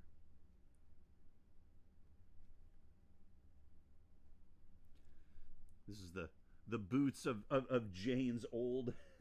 This is the boots of Jane's old statue will be like right here. That's the goal for those. There we go. Yes, yeah, there we are. There we go. I decided I don't really care for the oils. They're too oily for me. Oh, I get that, Rhonda. Yeah, that is. I have to admit that's a struggle. That I feel like is maybe the one thing that I was.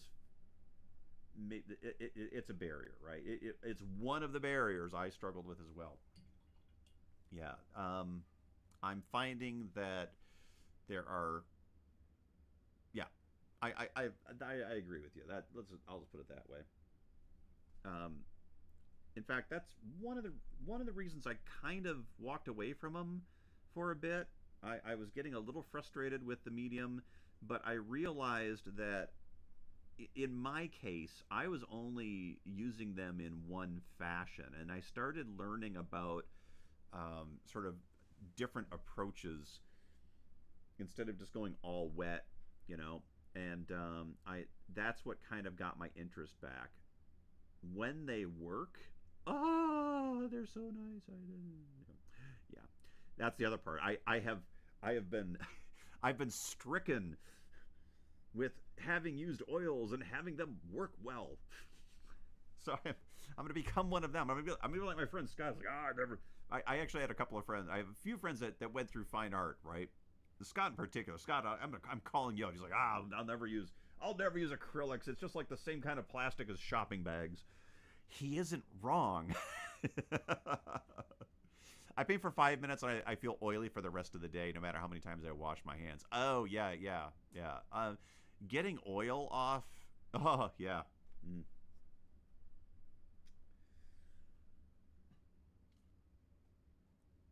this reminds me of why I also don't like getting cookie dough all over my hands, because butter, right? Butter and any amount of cooking oils does the same thing, right?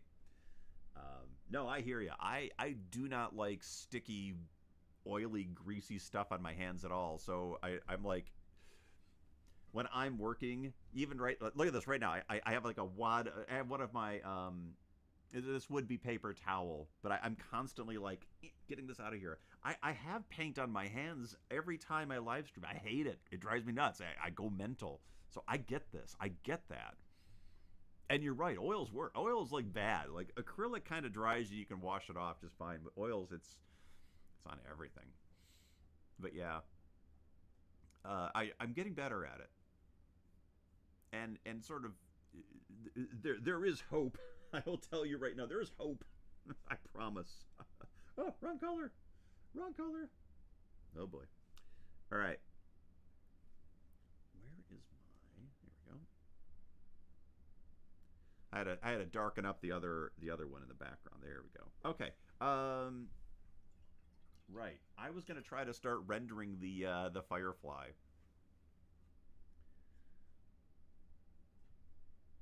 So it's okay to try. I love trying new media, right? So for me, way back when I was just starting to paint again, back in 2012, 2013, I knew I wanted to at least understand the world of oils and how they work. But getting back into it, I was just doing acrylics. So yeah. I'm just I'm going to try to get some detail here into my Firefly and make it look like Firefly taking off in the background.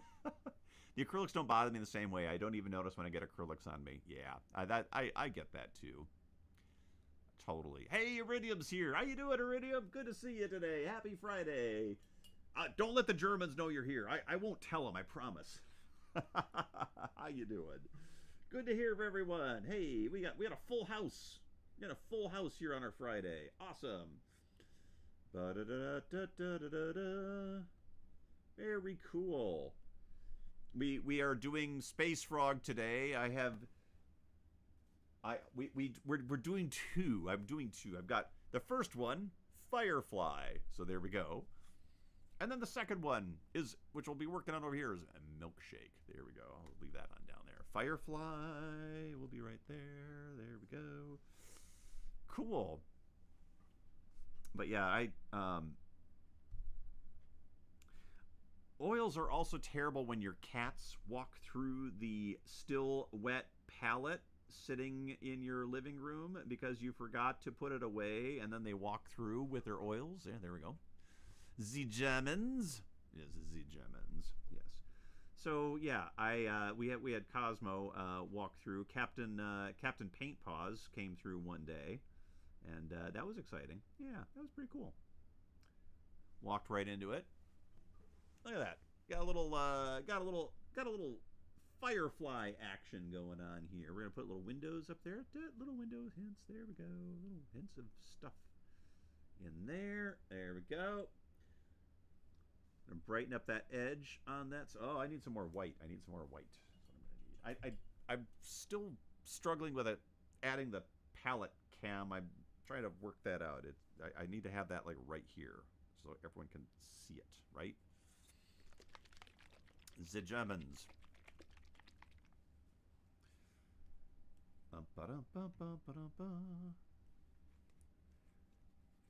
I swear, in my time at Microsoft, I must have worked with people from every quadrant of the globe. That's fun. All right. I've worked for a German semiconductor company for about 18 years. Yes! Very cool. Oh, that's right. Same company, too, right? That's very cool. Congratulations. That is very, very awesome. I love it.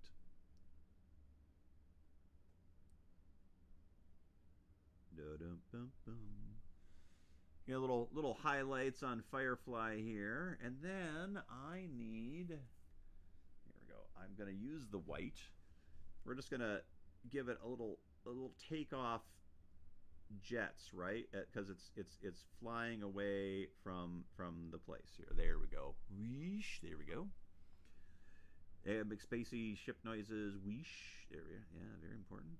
Very good. There we go. Woo-hoo-hoo. And then I'll add some white here on Space Frog's face because, you know, just to call him. He needs to be the one that's called out here. The Space Frog statue. Frogtown, right? Space Frog comes to Frogtown. Is that what we're gonna? Oh my gosh, yeah. This one's gonna be tricky. I don't know if people are gonna get this one. I really don't. I think it'll be great if they do. I don't think they're gonna. I think this one will be tricky. All right, so I'm detailing up the background a little bit. There we go. You know, there is something I do miss about the oils. I will say that this ability of letting your, you know, letting a layer dry and then just like attacking it without it like completely blending into your mix. Yeah, that I get. That I totally get, right? Technically, Ostrom for 10 and Infineon for 8. What a great name. Infineon. That is a great name for a company. Hey, are you working at Inatrode over there? Is that what it Inatrode? What they what they call it? I'm working at Penetrode. No. Is it time for another Office Space viewing? I think it might be. Oh my gosh. You brought the Office Space vibe, Brent. There we go. We're doomed. Oh, that's just fun. All right, I'm liking my Firefly one.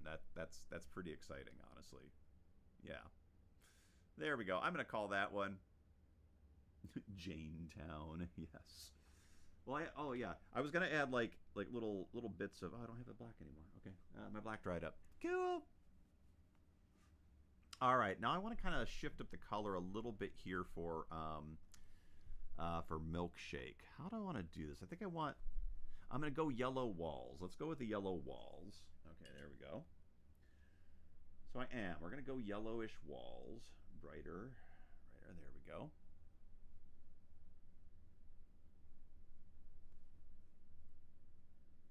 Bum, ba-dum, bum.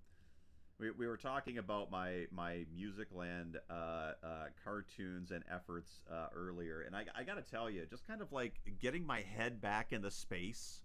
I don't have enough flair, right? I don't have enough flair on that, right? Not enough flair. Getting my head kind of back in the space of thinking about what it was actually like to work in a shopping mall in the end of the 1980s. You know, I worked there from 1986 to 1988, and that was just Musicland. I ended up coming back to the same damn shopping mall and working for another 1.5 to 2 years at the B. Dalton bookstore there, and yeah, I'm going to need you to come in on Saturday. Yeah, I remember that well. Iridium, Andrew and I had someone, we worked with someone that we specifically thought was, you know, he worked with somebody who thought that manager from Office Space, Mr. Lumberg, was a joke. Like, really? He's you. Kidding. That's great. Now I'm in trouble if this person's actually watching. Yes, I know. The Lumberg effect. Anyway, I don't know. It's really, the world was weird in the 80s compared to now. It all around everything, at least here in the States, especially suburban Michigan, right? The world was a very, very strange time, artificially strange. And the whole concept of shopping malls, even back then, I felt it was something was weird and off about it, but we were doing it anyway. I've turned into Lumberg, and it makes me sad. we won't tell Raoul Duke, I promise. Hey, yeah, did you see we're doing new cover sheets on the TPS reports. Okay. Yeah. All right. Well, I want to make sure you got the memo.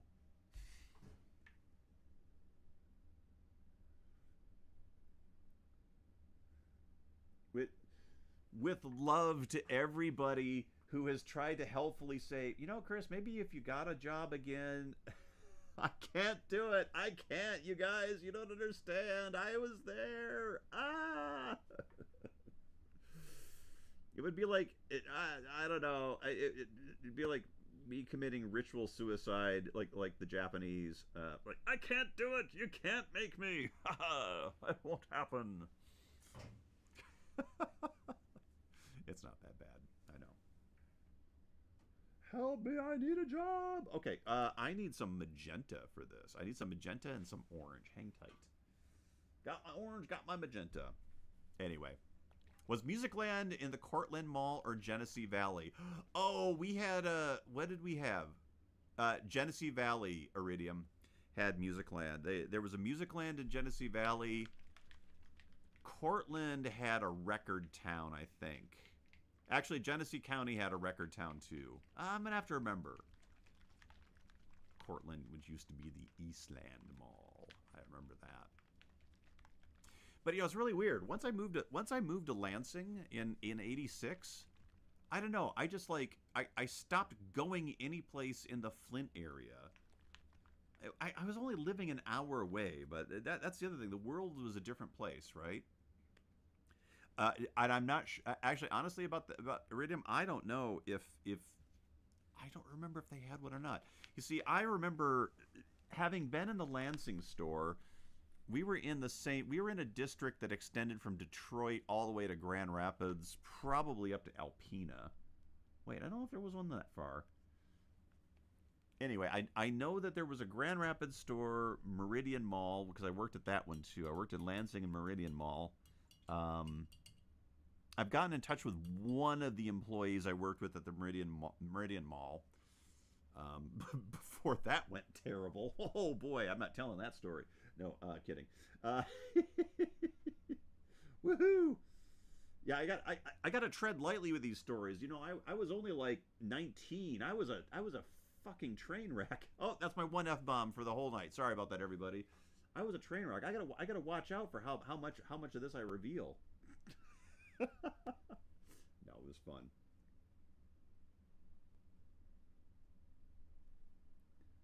All right, I'm trying to get myself a nice color for the ceiling, and it's not lightening up enough. I'm gonna have to keep adding more paint. And I'm not one of the okay. My friends, I may be a gray-haired, almost 60-year-old Gen X guy waxing and on about the old times when malls were the first off, I'm not prone to nostalgia. Okay? For one. An artist being a train wreck? Who would have heard?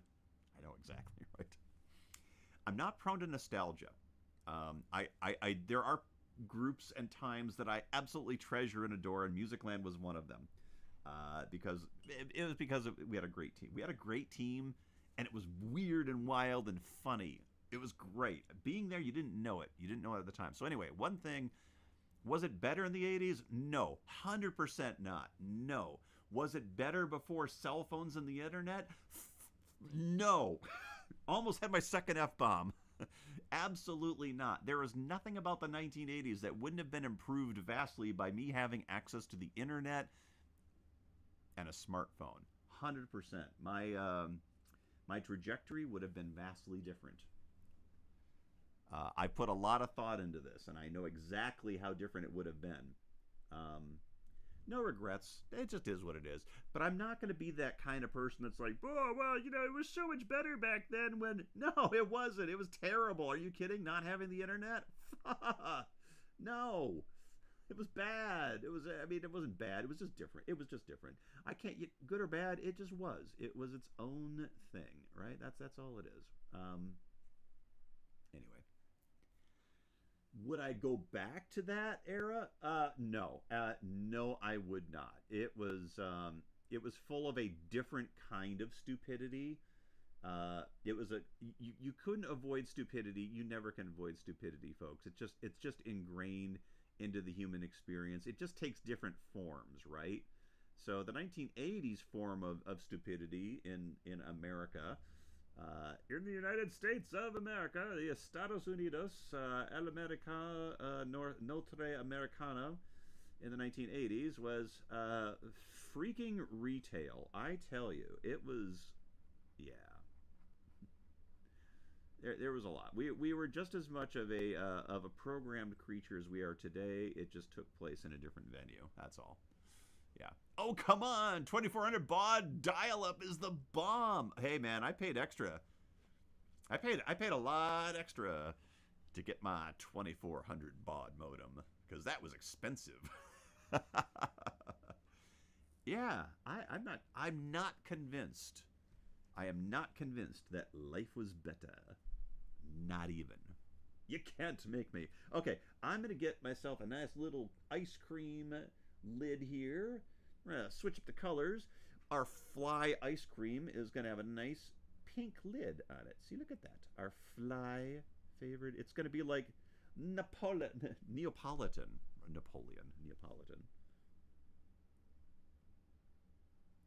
There we go. Da, da, da, da, da, da, da, da. But it was, and I am finding it fascinating to do a little bit of reminiscing about what it was like back in the 80s. There, and then I can even, like, tip off all of the youngins right now who are like, wow, I'll bet that was cool. No, it wasn't. It was pretty messed up, actually. All right, here we go.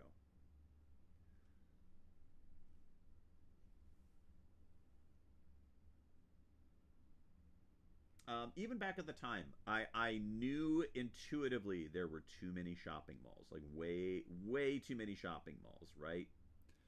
Way. Modem sounds are Pavlovian, right? Um, there were too many malls. People spent way too much time in malls, right? That was absolutely, like, I was just like, you got to be kidding me. In amongst all of the other effluvia that I'm finding from that time, I did try my hand at writing short stories for, like, I'm adding some green on Space Frog here, by the way. Doing some, like, kind of short stories, short film exercises, right? Because I was in a film class, so I would do that sort of thing, right? One of my greens here. Dun, dun, dun. And one of my writing exercises, I was literally, like, taking the cliche of George Romero's Dawn of the Dead, zombies in the shopping mall. I mean, it was one of my favorite movies, and so it was real easy for me to get annoyed at shopping mall experiences. The noise, oh my gosh, it was crazy. You spend an agonizing 5 minutes to download a 1 meg file, and you're almost done when someone calls and your download stops because you forgot to check the box, make busy. Oh, we have all been there. Oh my gosh, yeah. Oh.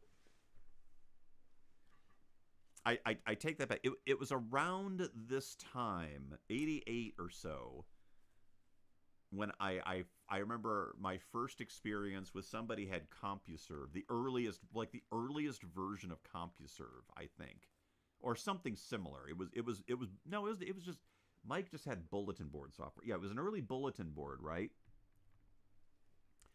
That was my first kind of taste of it. I'd had computers like not the VIC-20, the Commodore 64, but I didn't do a lot of interneting with my computers. I don't think I had a modem for my Commodore at the time.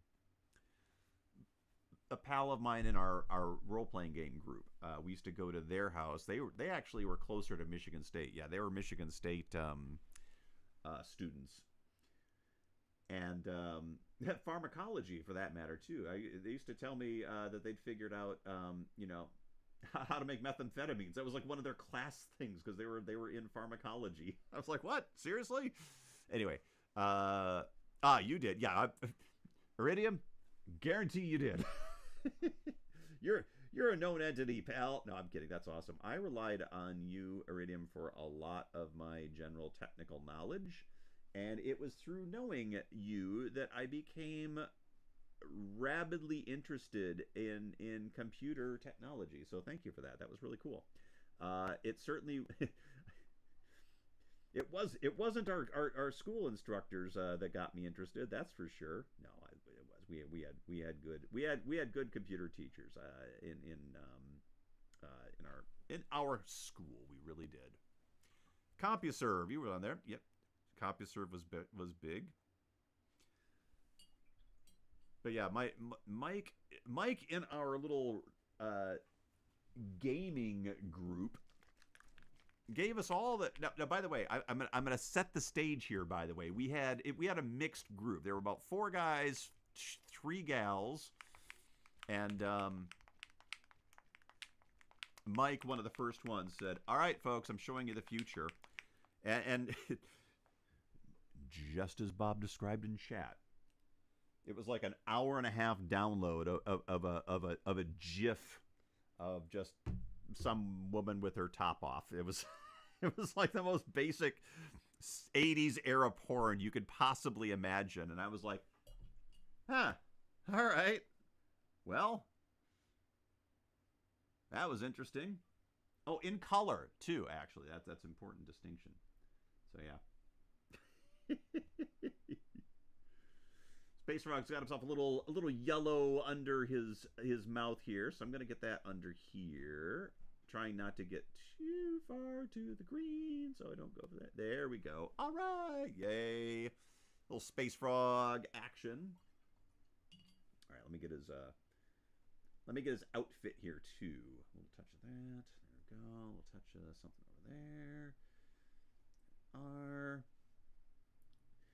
The way I see it is Space Frog wears like this rubber spacesuit, so that's why I keep doing a purplish kind of color for Space Frog's spacesuit, and he also has been wearing red gloves, so I'll try to do that as well with his little fingers right here.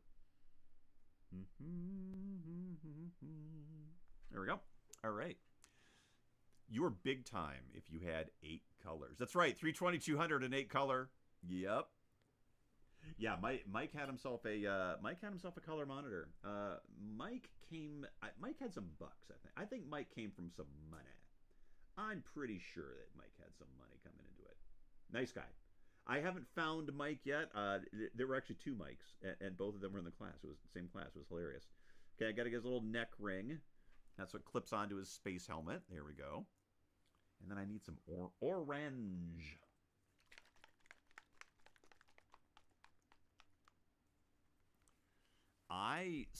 Oh wow, I skipped over computers for a long.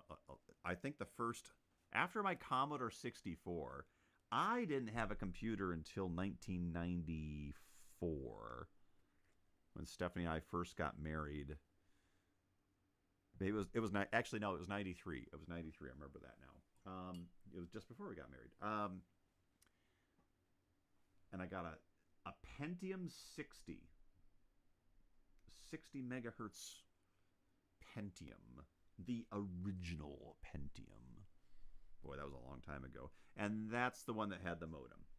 And that was where I first became modem savvy. Yes.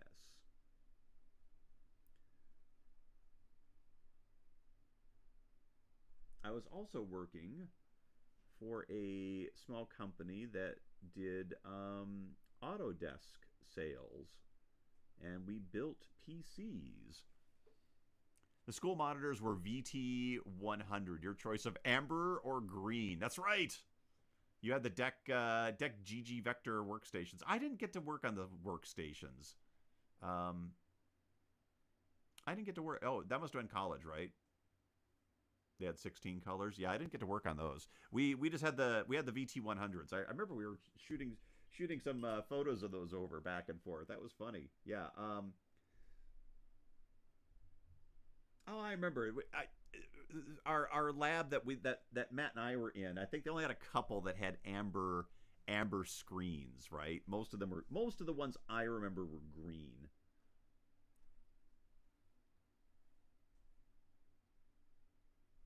But the most embarrassing thing about, oh yeah, the Pentium 66 megahertz. Yeah, that was my first machine, and it held up well for years. I did upgrade to the 90.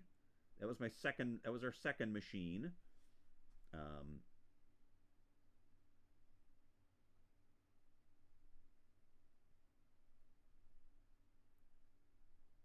and I'm being an old man here today, Brent. I can't recall our teacher's name.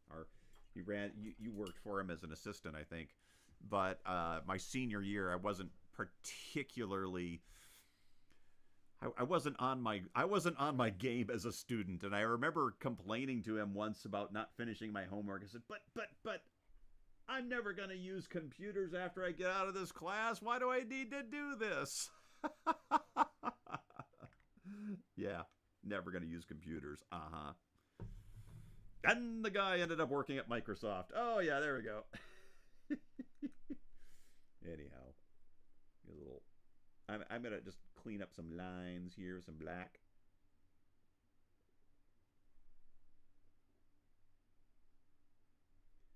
I think Space Frog is very food motivated, judging by how these are showing up in here. You had 3 Gigi. Oh, we did animation. No, that was from high school. Okay, cool. That was from high school. All right, cool. Yeah, all right. So I'm just going to put like a bunch of flies in here, although it's going to be hard to see. How am I going to do that? Let me do it with a different color. Yeah, slightly different color.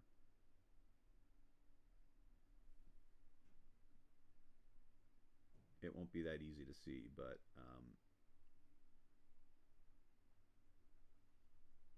I don't know if I'm going to be able to pull this off. This may be the most literal one. It's just a, ooh boy, programmed in COBOL and Fortran. Mr. Levine, thank you, Mr. Levine. Sorry about that. Yeah, he was Pascal. Oh, and then I had Beauchamp for Basic. Yeah, both of them were really nice guys. It was Mr. Levine. He was just poor guy. He had like the last semester of seniors, right? The last semester of the seniors that year. So he must have just been pounding vodka like crazy. The least motivated crew. Nah, he was a nice guy. He was super nice. I got a kick out of him. Learned a ton from that class. Later at Western Michigan University, I also got to draw with Fortran. Oh my God, Fortran 4. Yeah, that's what Yep, I did. We did CAD work with Fortran. How crazy was that? Like I was, CAD cam kind of stuff, just diagrams of metal parts using machine language, not machine language, but well, Fortran that's practically machine language, isn't it? I mean, come on, it's basically writing straight to the chip, right? So I don't. Yeah, I think so. Too funny. Ah, those were the days. I really enjoyed, and that's where I picked up. I enjoyed AutoCAD and learning how to do design, engineering, graphics with computers. That's what really got my jets going, and that's what got me into, going from Lansing. I went to Western Michigan University for industrial design, and they had all the good engineering and computer courses. Oh, that's where I got all of that from. That was pretty cool. But like everything else, it wasn't until I worked for a company that did all that stuff that really, really turned it on. Junior and senior year in high school, limited to 6 students in 2 classes. That's a small class. Yeah, we came from like a Iridium and I went to Grand Blanc High. Hey, how many other people in chat went to Grand Blanc? Speak up. There we go. Yeah, it's close as you get to speaking binary. That's seriously right. It was crazy. Our high school, our graduating class was like 260 students, I think. Yeah, oddly, I actually, okay, I don't even want to admit this. I've been unboxing things, and so when I find something just randomly in a box, I'll stick it in the corner. I I'm not doing it live, but I've got our yearbooks over here in the corner behind me. That'll be okay. Here we go, folks. If you want to see my graduation yearbook, you gotta sign up on Patreon. I ain't doing that in the clear. Yeah, you learned assembly on the side. Yeah, that's I picked up basically all of my programming on the side. When Netscape Netscape and the internet really hit big. I wrote my first website with Notepad. That's really the 94, 95. That's when I kind of got into it and learning scripting. And AutoCAD had its own scripting language, which was a lot like Visual Basic. I think it was Visual Basic, if I'm not mistaken, or based on something similar. So I because I worked at places that required it, I learned on the fly, but I never would have been able to do that had I not had Basic and Pascal in high school. I'm convinced.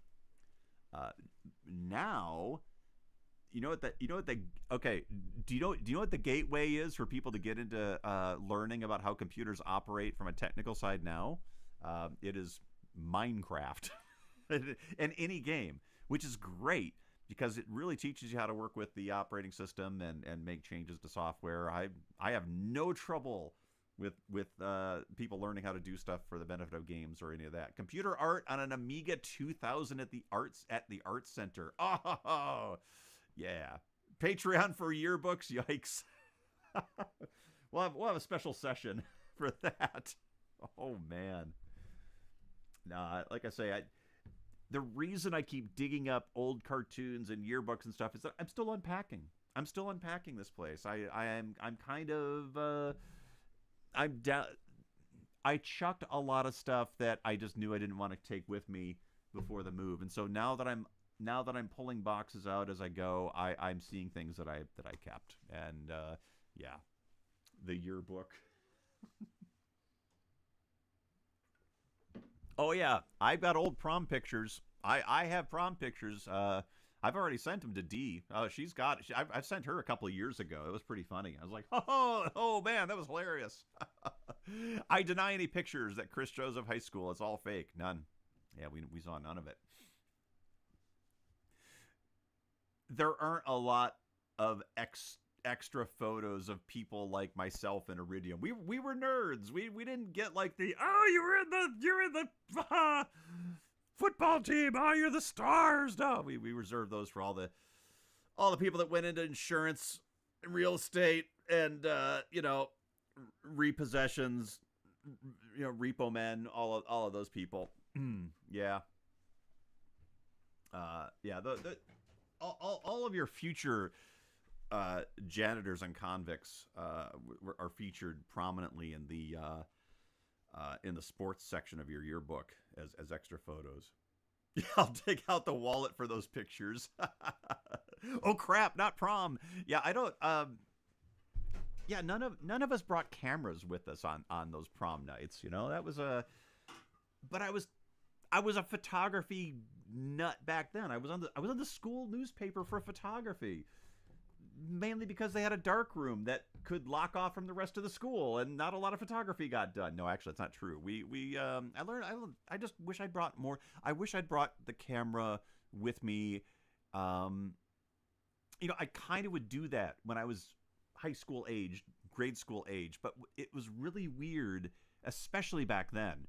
If you walked to school with a camera, first the teachers would get on your case, and then you're walking around with an expensive camera that could be pawned in a town that was basically collapsing because the economy was tanked. Thanks, General Motors. But yeah, so I didn't walk around with a camera all that much. I eventually had a point and shoot. Disposable cameras weren't like huge until like the mid-late 80s, right? Disposables got enormous. There was a whole realm of that. I just wish I wish I brought a camera around. That is the one thing where I feel things would have been improved, at least for me anyway. because I love being able to take crazy photos of just environment stuff. I would never spend a roll of my film on a camera taking photos of, oh my god, I have so many cats. Just environments, people, places. I love finding those photos of environments and people and places, but I never would have walked around just casually. And now we've got a camera grafted to us where we can basically archive our lives, and some of it's pretty cool. I do wish I could have gone for a day in some of these places, the music lands, the the high school prom, and walk around with a camera. But people would be freaked if you walked around with one of these things back then. Are you kidding? What is that? What kind of cassette tape player is that? No, we weren't. I mean, like, none of us were stupid. We just wouldn't have seen the thing before. Anyhow, cool, fun times, nostalgia. For someone who's not being very nostalgic, Chris, you're being really fucking nostalgic. Oh, sorry, F-bomb. Sorry, my apologies. Yeah. I still have my Pentax K1000. I still have a nice Canon. The Pentax K1000 was a killer camera. My dad had a Canon TL1, which is the model that came out just before the AE one, all metal body. So I used that extensively. Stephanie has a really nice Minolta she got in college that I think Allison took. Yeah, I think Allison's got Stephanie's camera. But I've switched entirely to digital. I don't have any of my photography cameras with me anymore. Or my dad has I think my dad still has that camera. Yeah, probably back at Grand Blanc. My dad probably still has that camera. And probably our Super 8 cameras. I have Super 8 films that I need to have transferred. So there we go. Yeah, fun times. Oh, man. So this week we've got I'm past the 5 o'clock mark and I'm still going strong. How weird is that? I've loved talking about this stuff. I need another water though. But yeah, there of the photos that I've been finding from this whole Musicland era, I have like maybe 4 rolls of film that I took in different, like in 2 different apartments.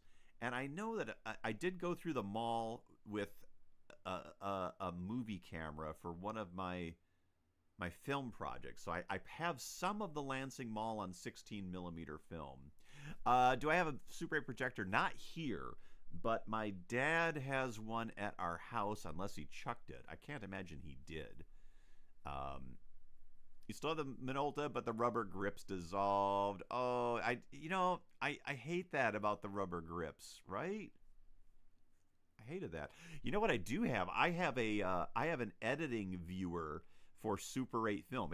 It's a reel to it's like a little reel to reel, with like a light channel and magnifier, so you could edit Super 8 film with tape and a cutter. I tried to sell it once to Kenmore Camera, but they're like, yeah, no one asked for this stuff anymore. They were super nice about it. They loved seeing it, but I kept it, so I still have some of that. But I do have a box of film that I want to get transferred. Do I want a Super 8 projector? Thank you, no. I appreciate the offer. I'll keep it in mind, mediocre, but I'm gonna pass now because I don't foresee myself projecting the film anymore. If it's, I'm hoping it's still in good shape. I would like to get it transferred to digital, which I know there's 100 services that do that. I don't have to scratch for it yet. So I have some 16. I have a bunch of Super 8s. And actually, I have a professional 16 millimeter video transfer of one of my films. But yeah, it'd be fun to see that stuff. I just think it'd be kind of fun. I don't know. I'll put it on my Patreon. Yes. So yeah, there we go. That was fun. It was a good time. I'm digging where I went with this. You inherited it, but never used it. That kind of technology, I feel like, would be best. Like, I would hold on to that. Stephanie and I have one VHS player left that I'm reserving for some of our. Yeah, we do have VHS tapes I need to have transferred. That would be cool. Digitizers are about $300. Yeah, so okay, that's good to know, Iridium, because I'm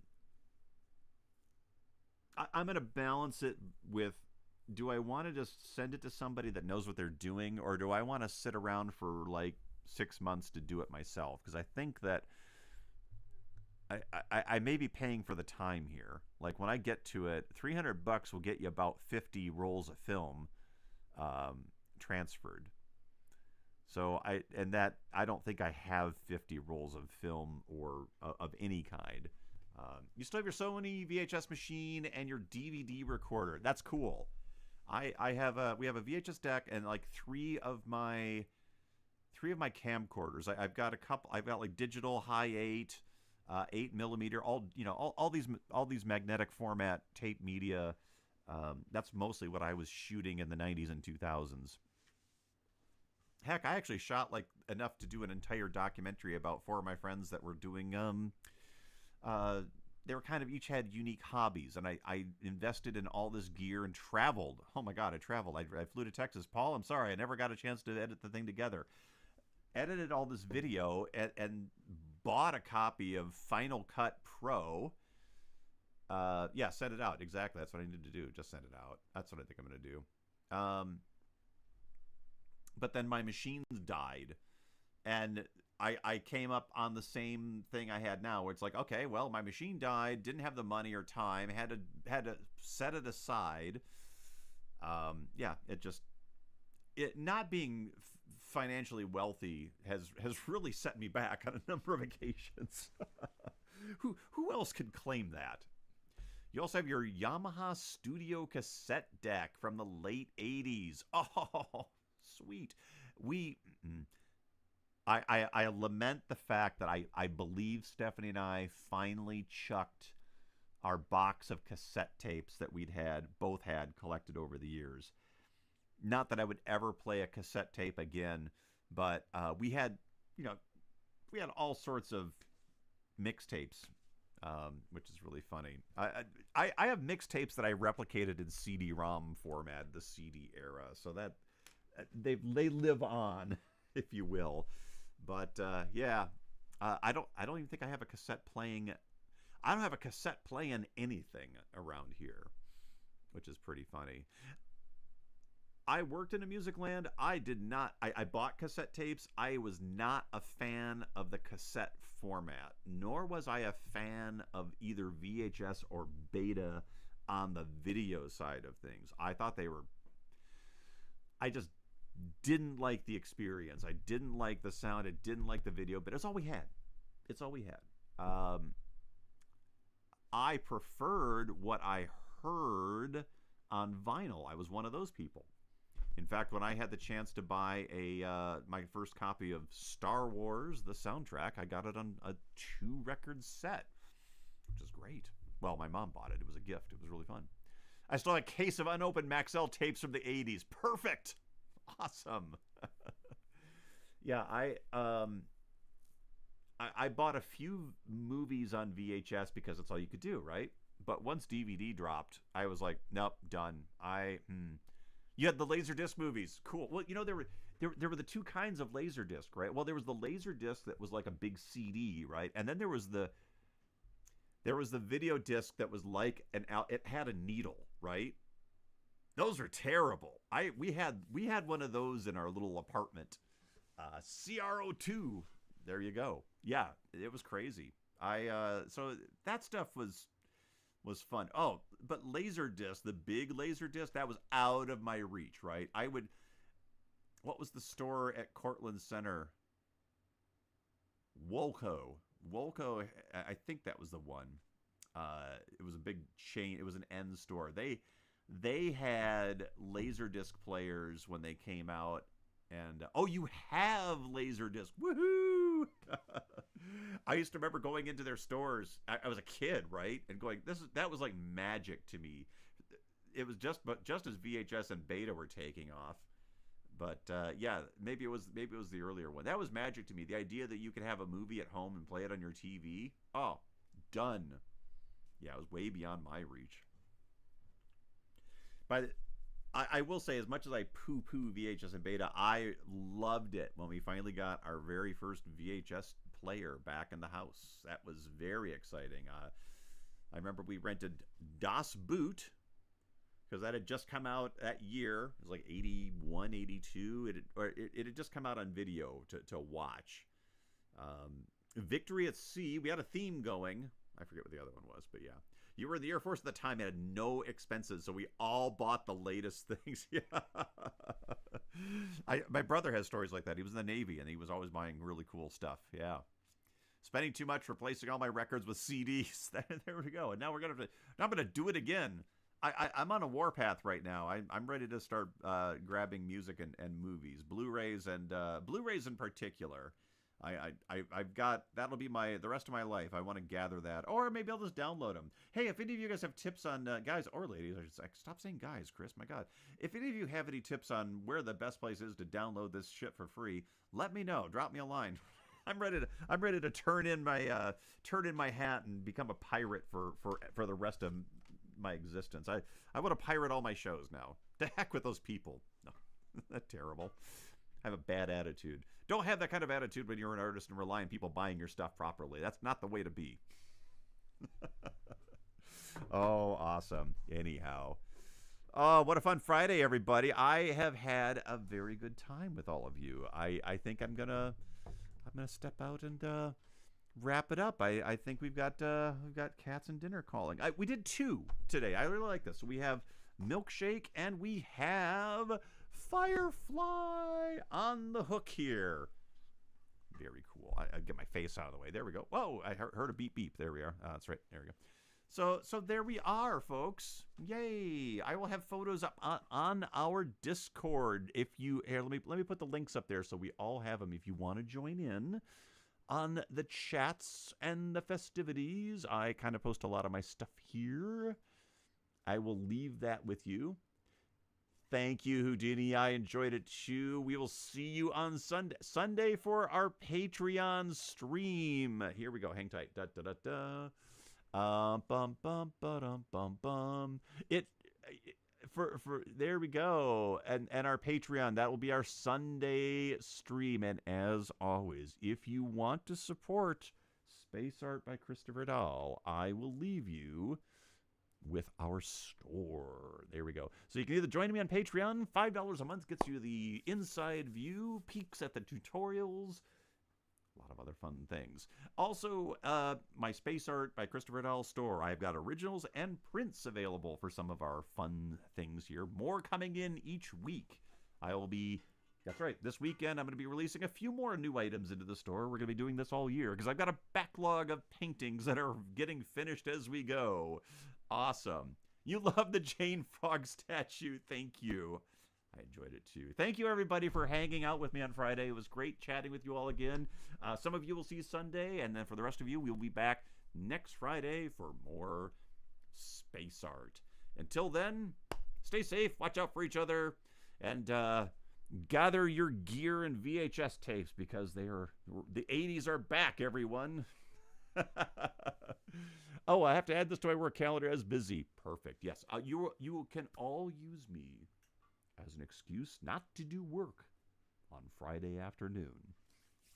Alrighty, I'm going to leave you with my outro video. We're going to be flicking some stars. Take care, everyone. Catch you next week, everyone.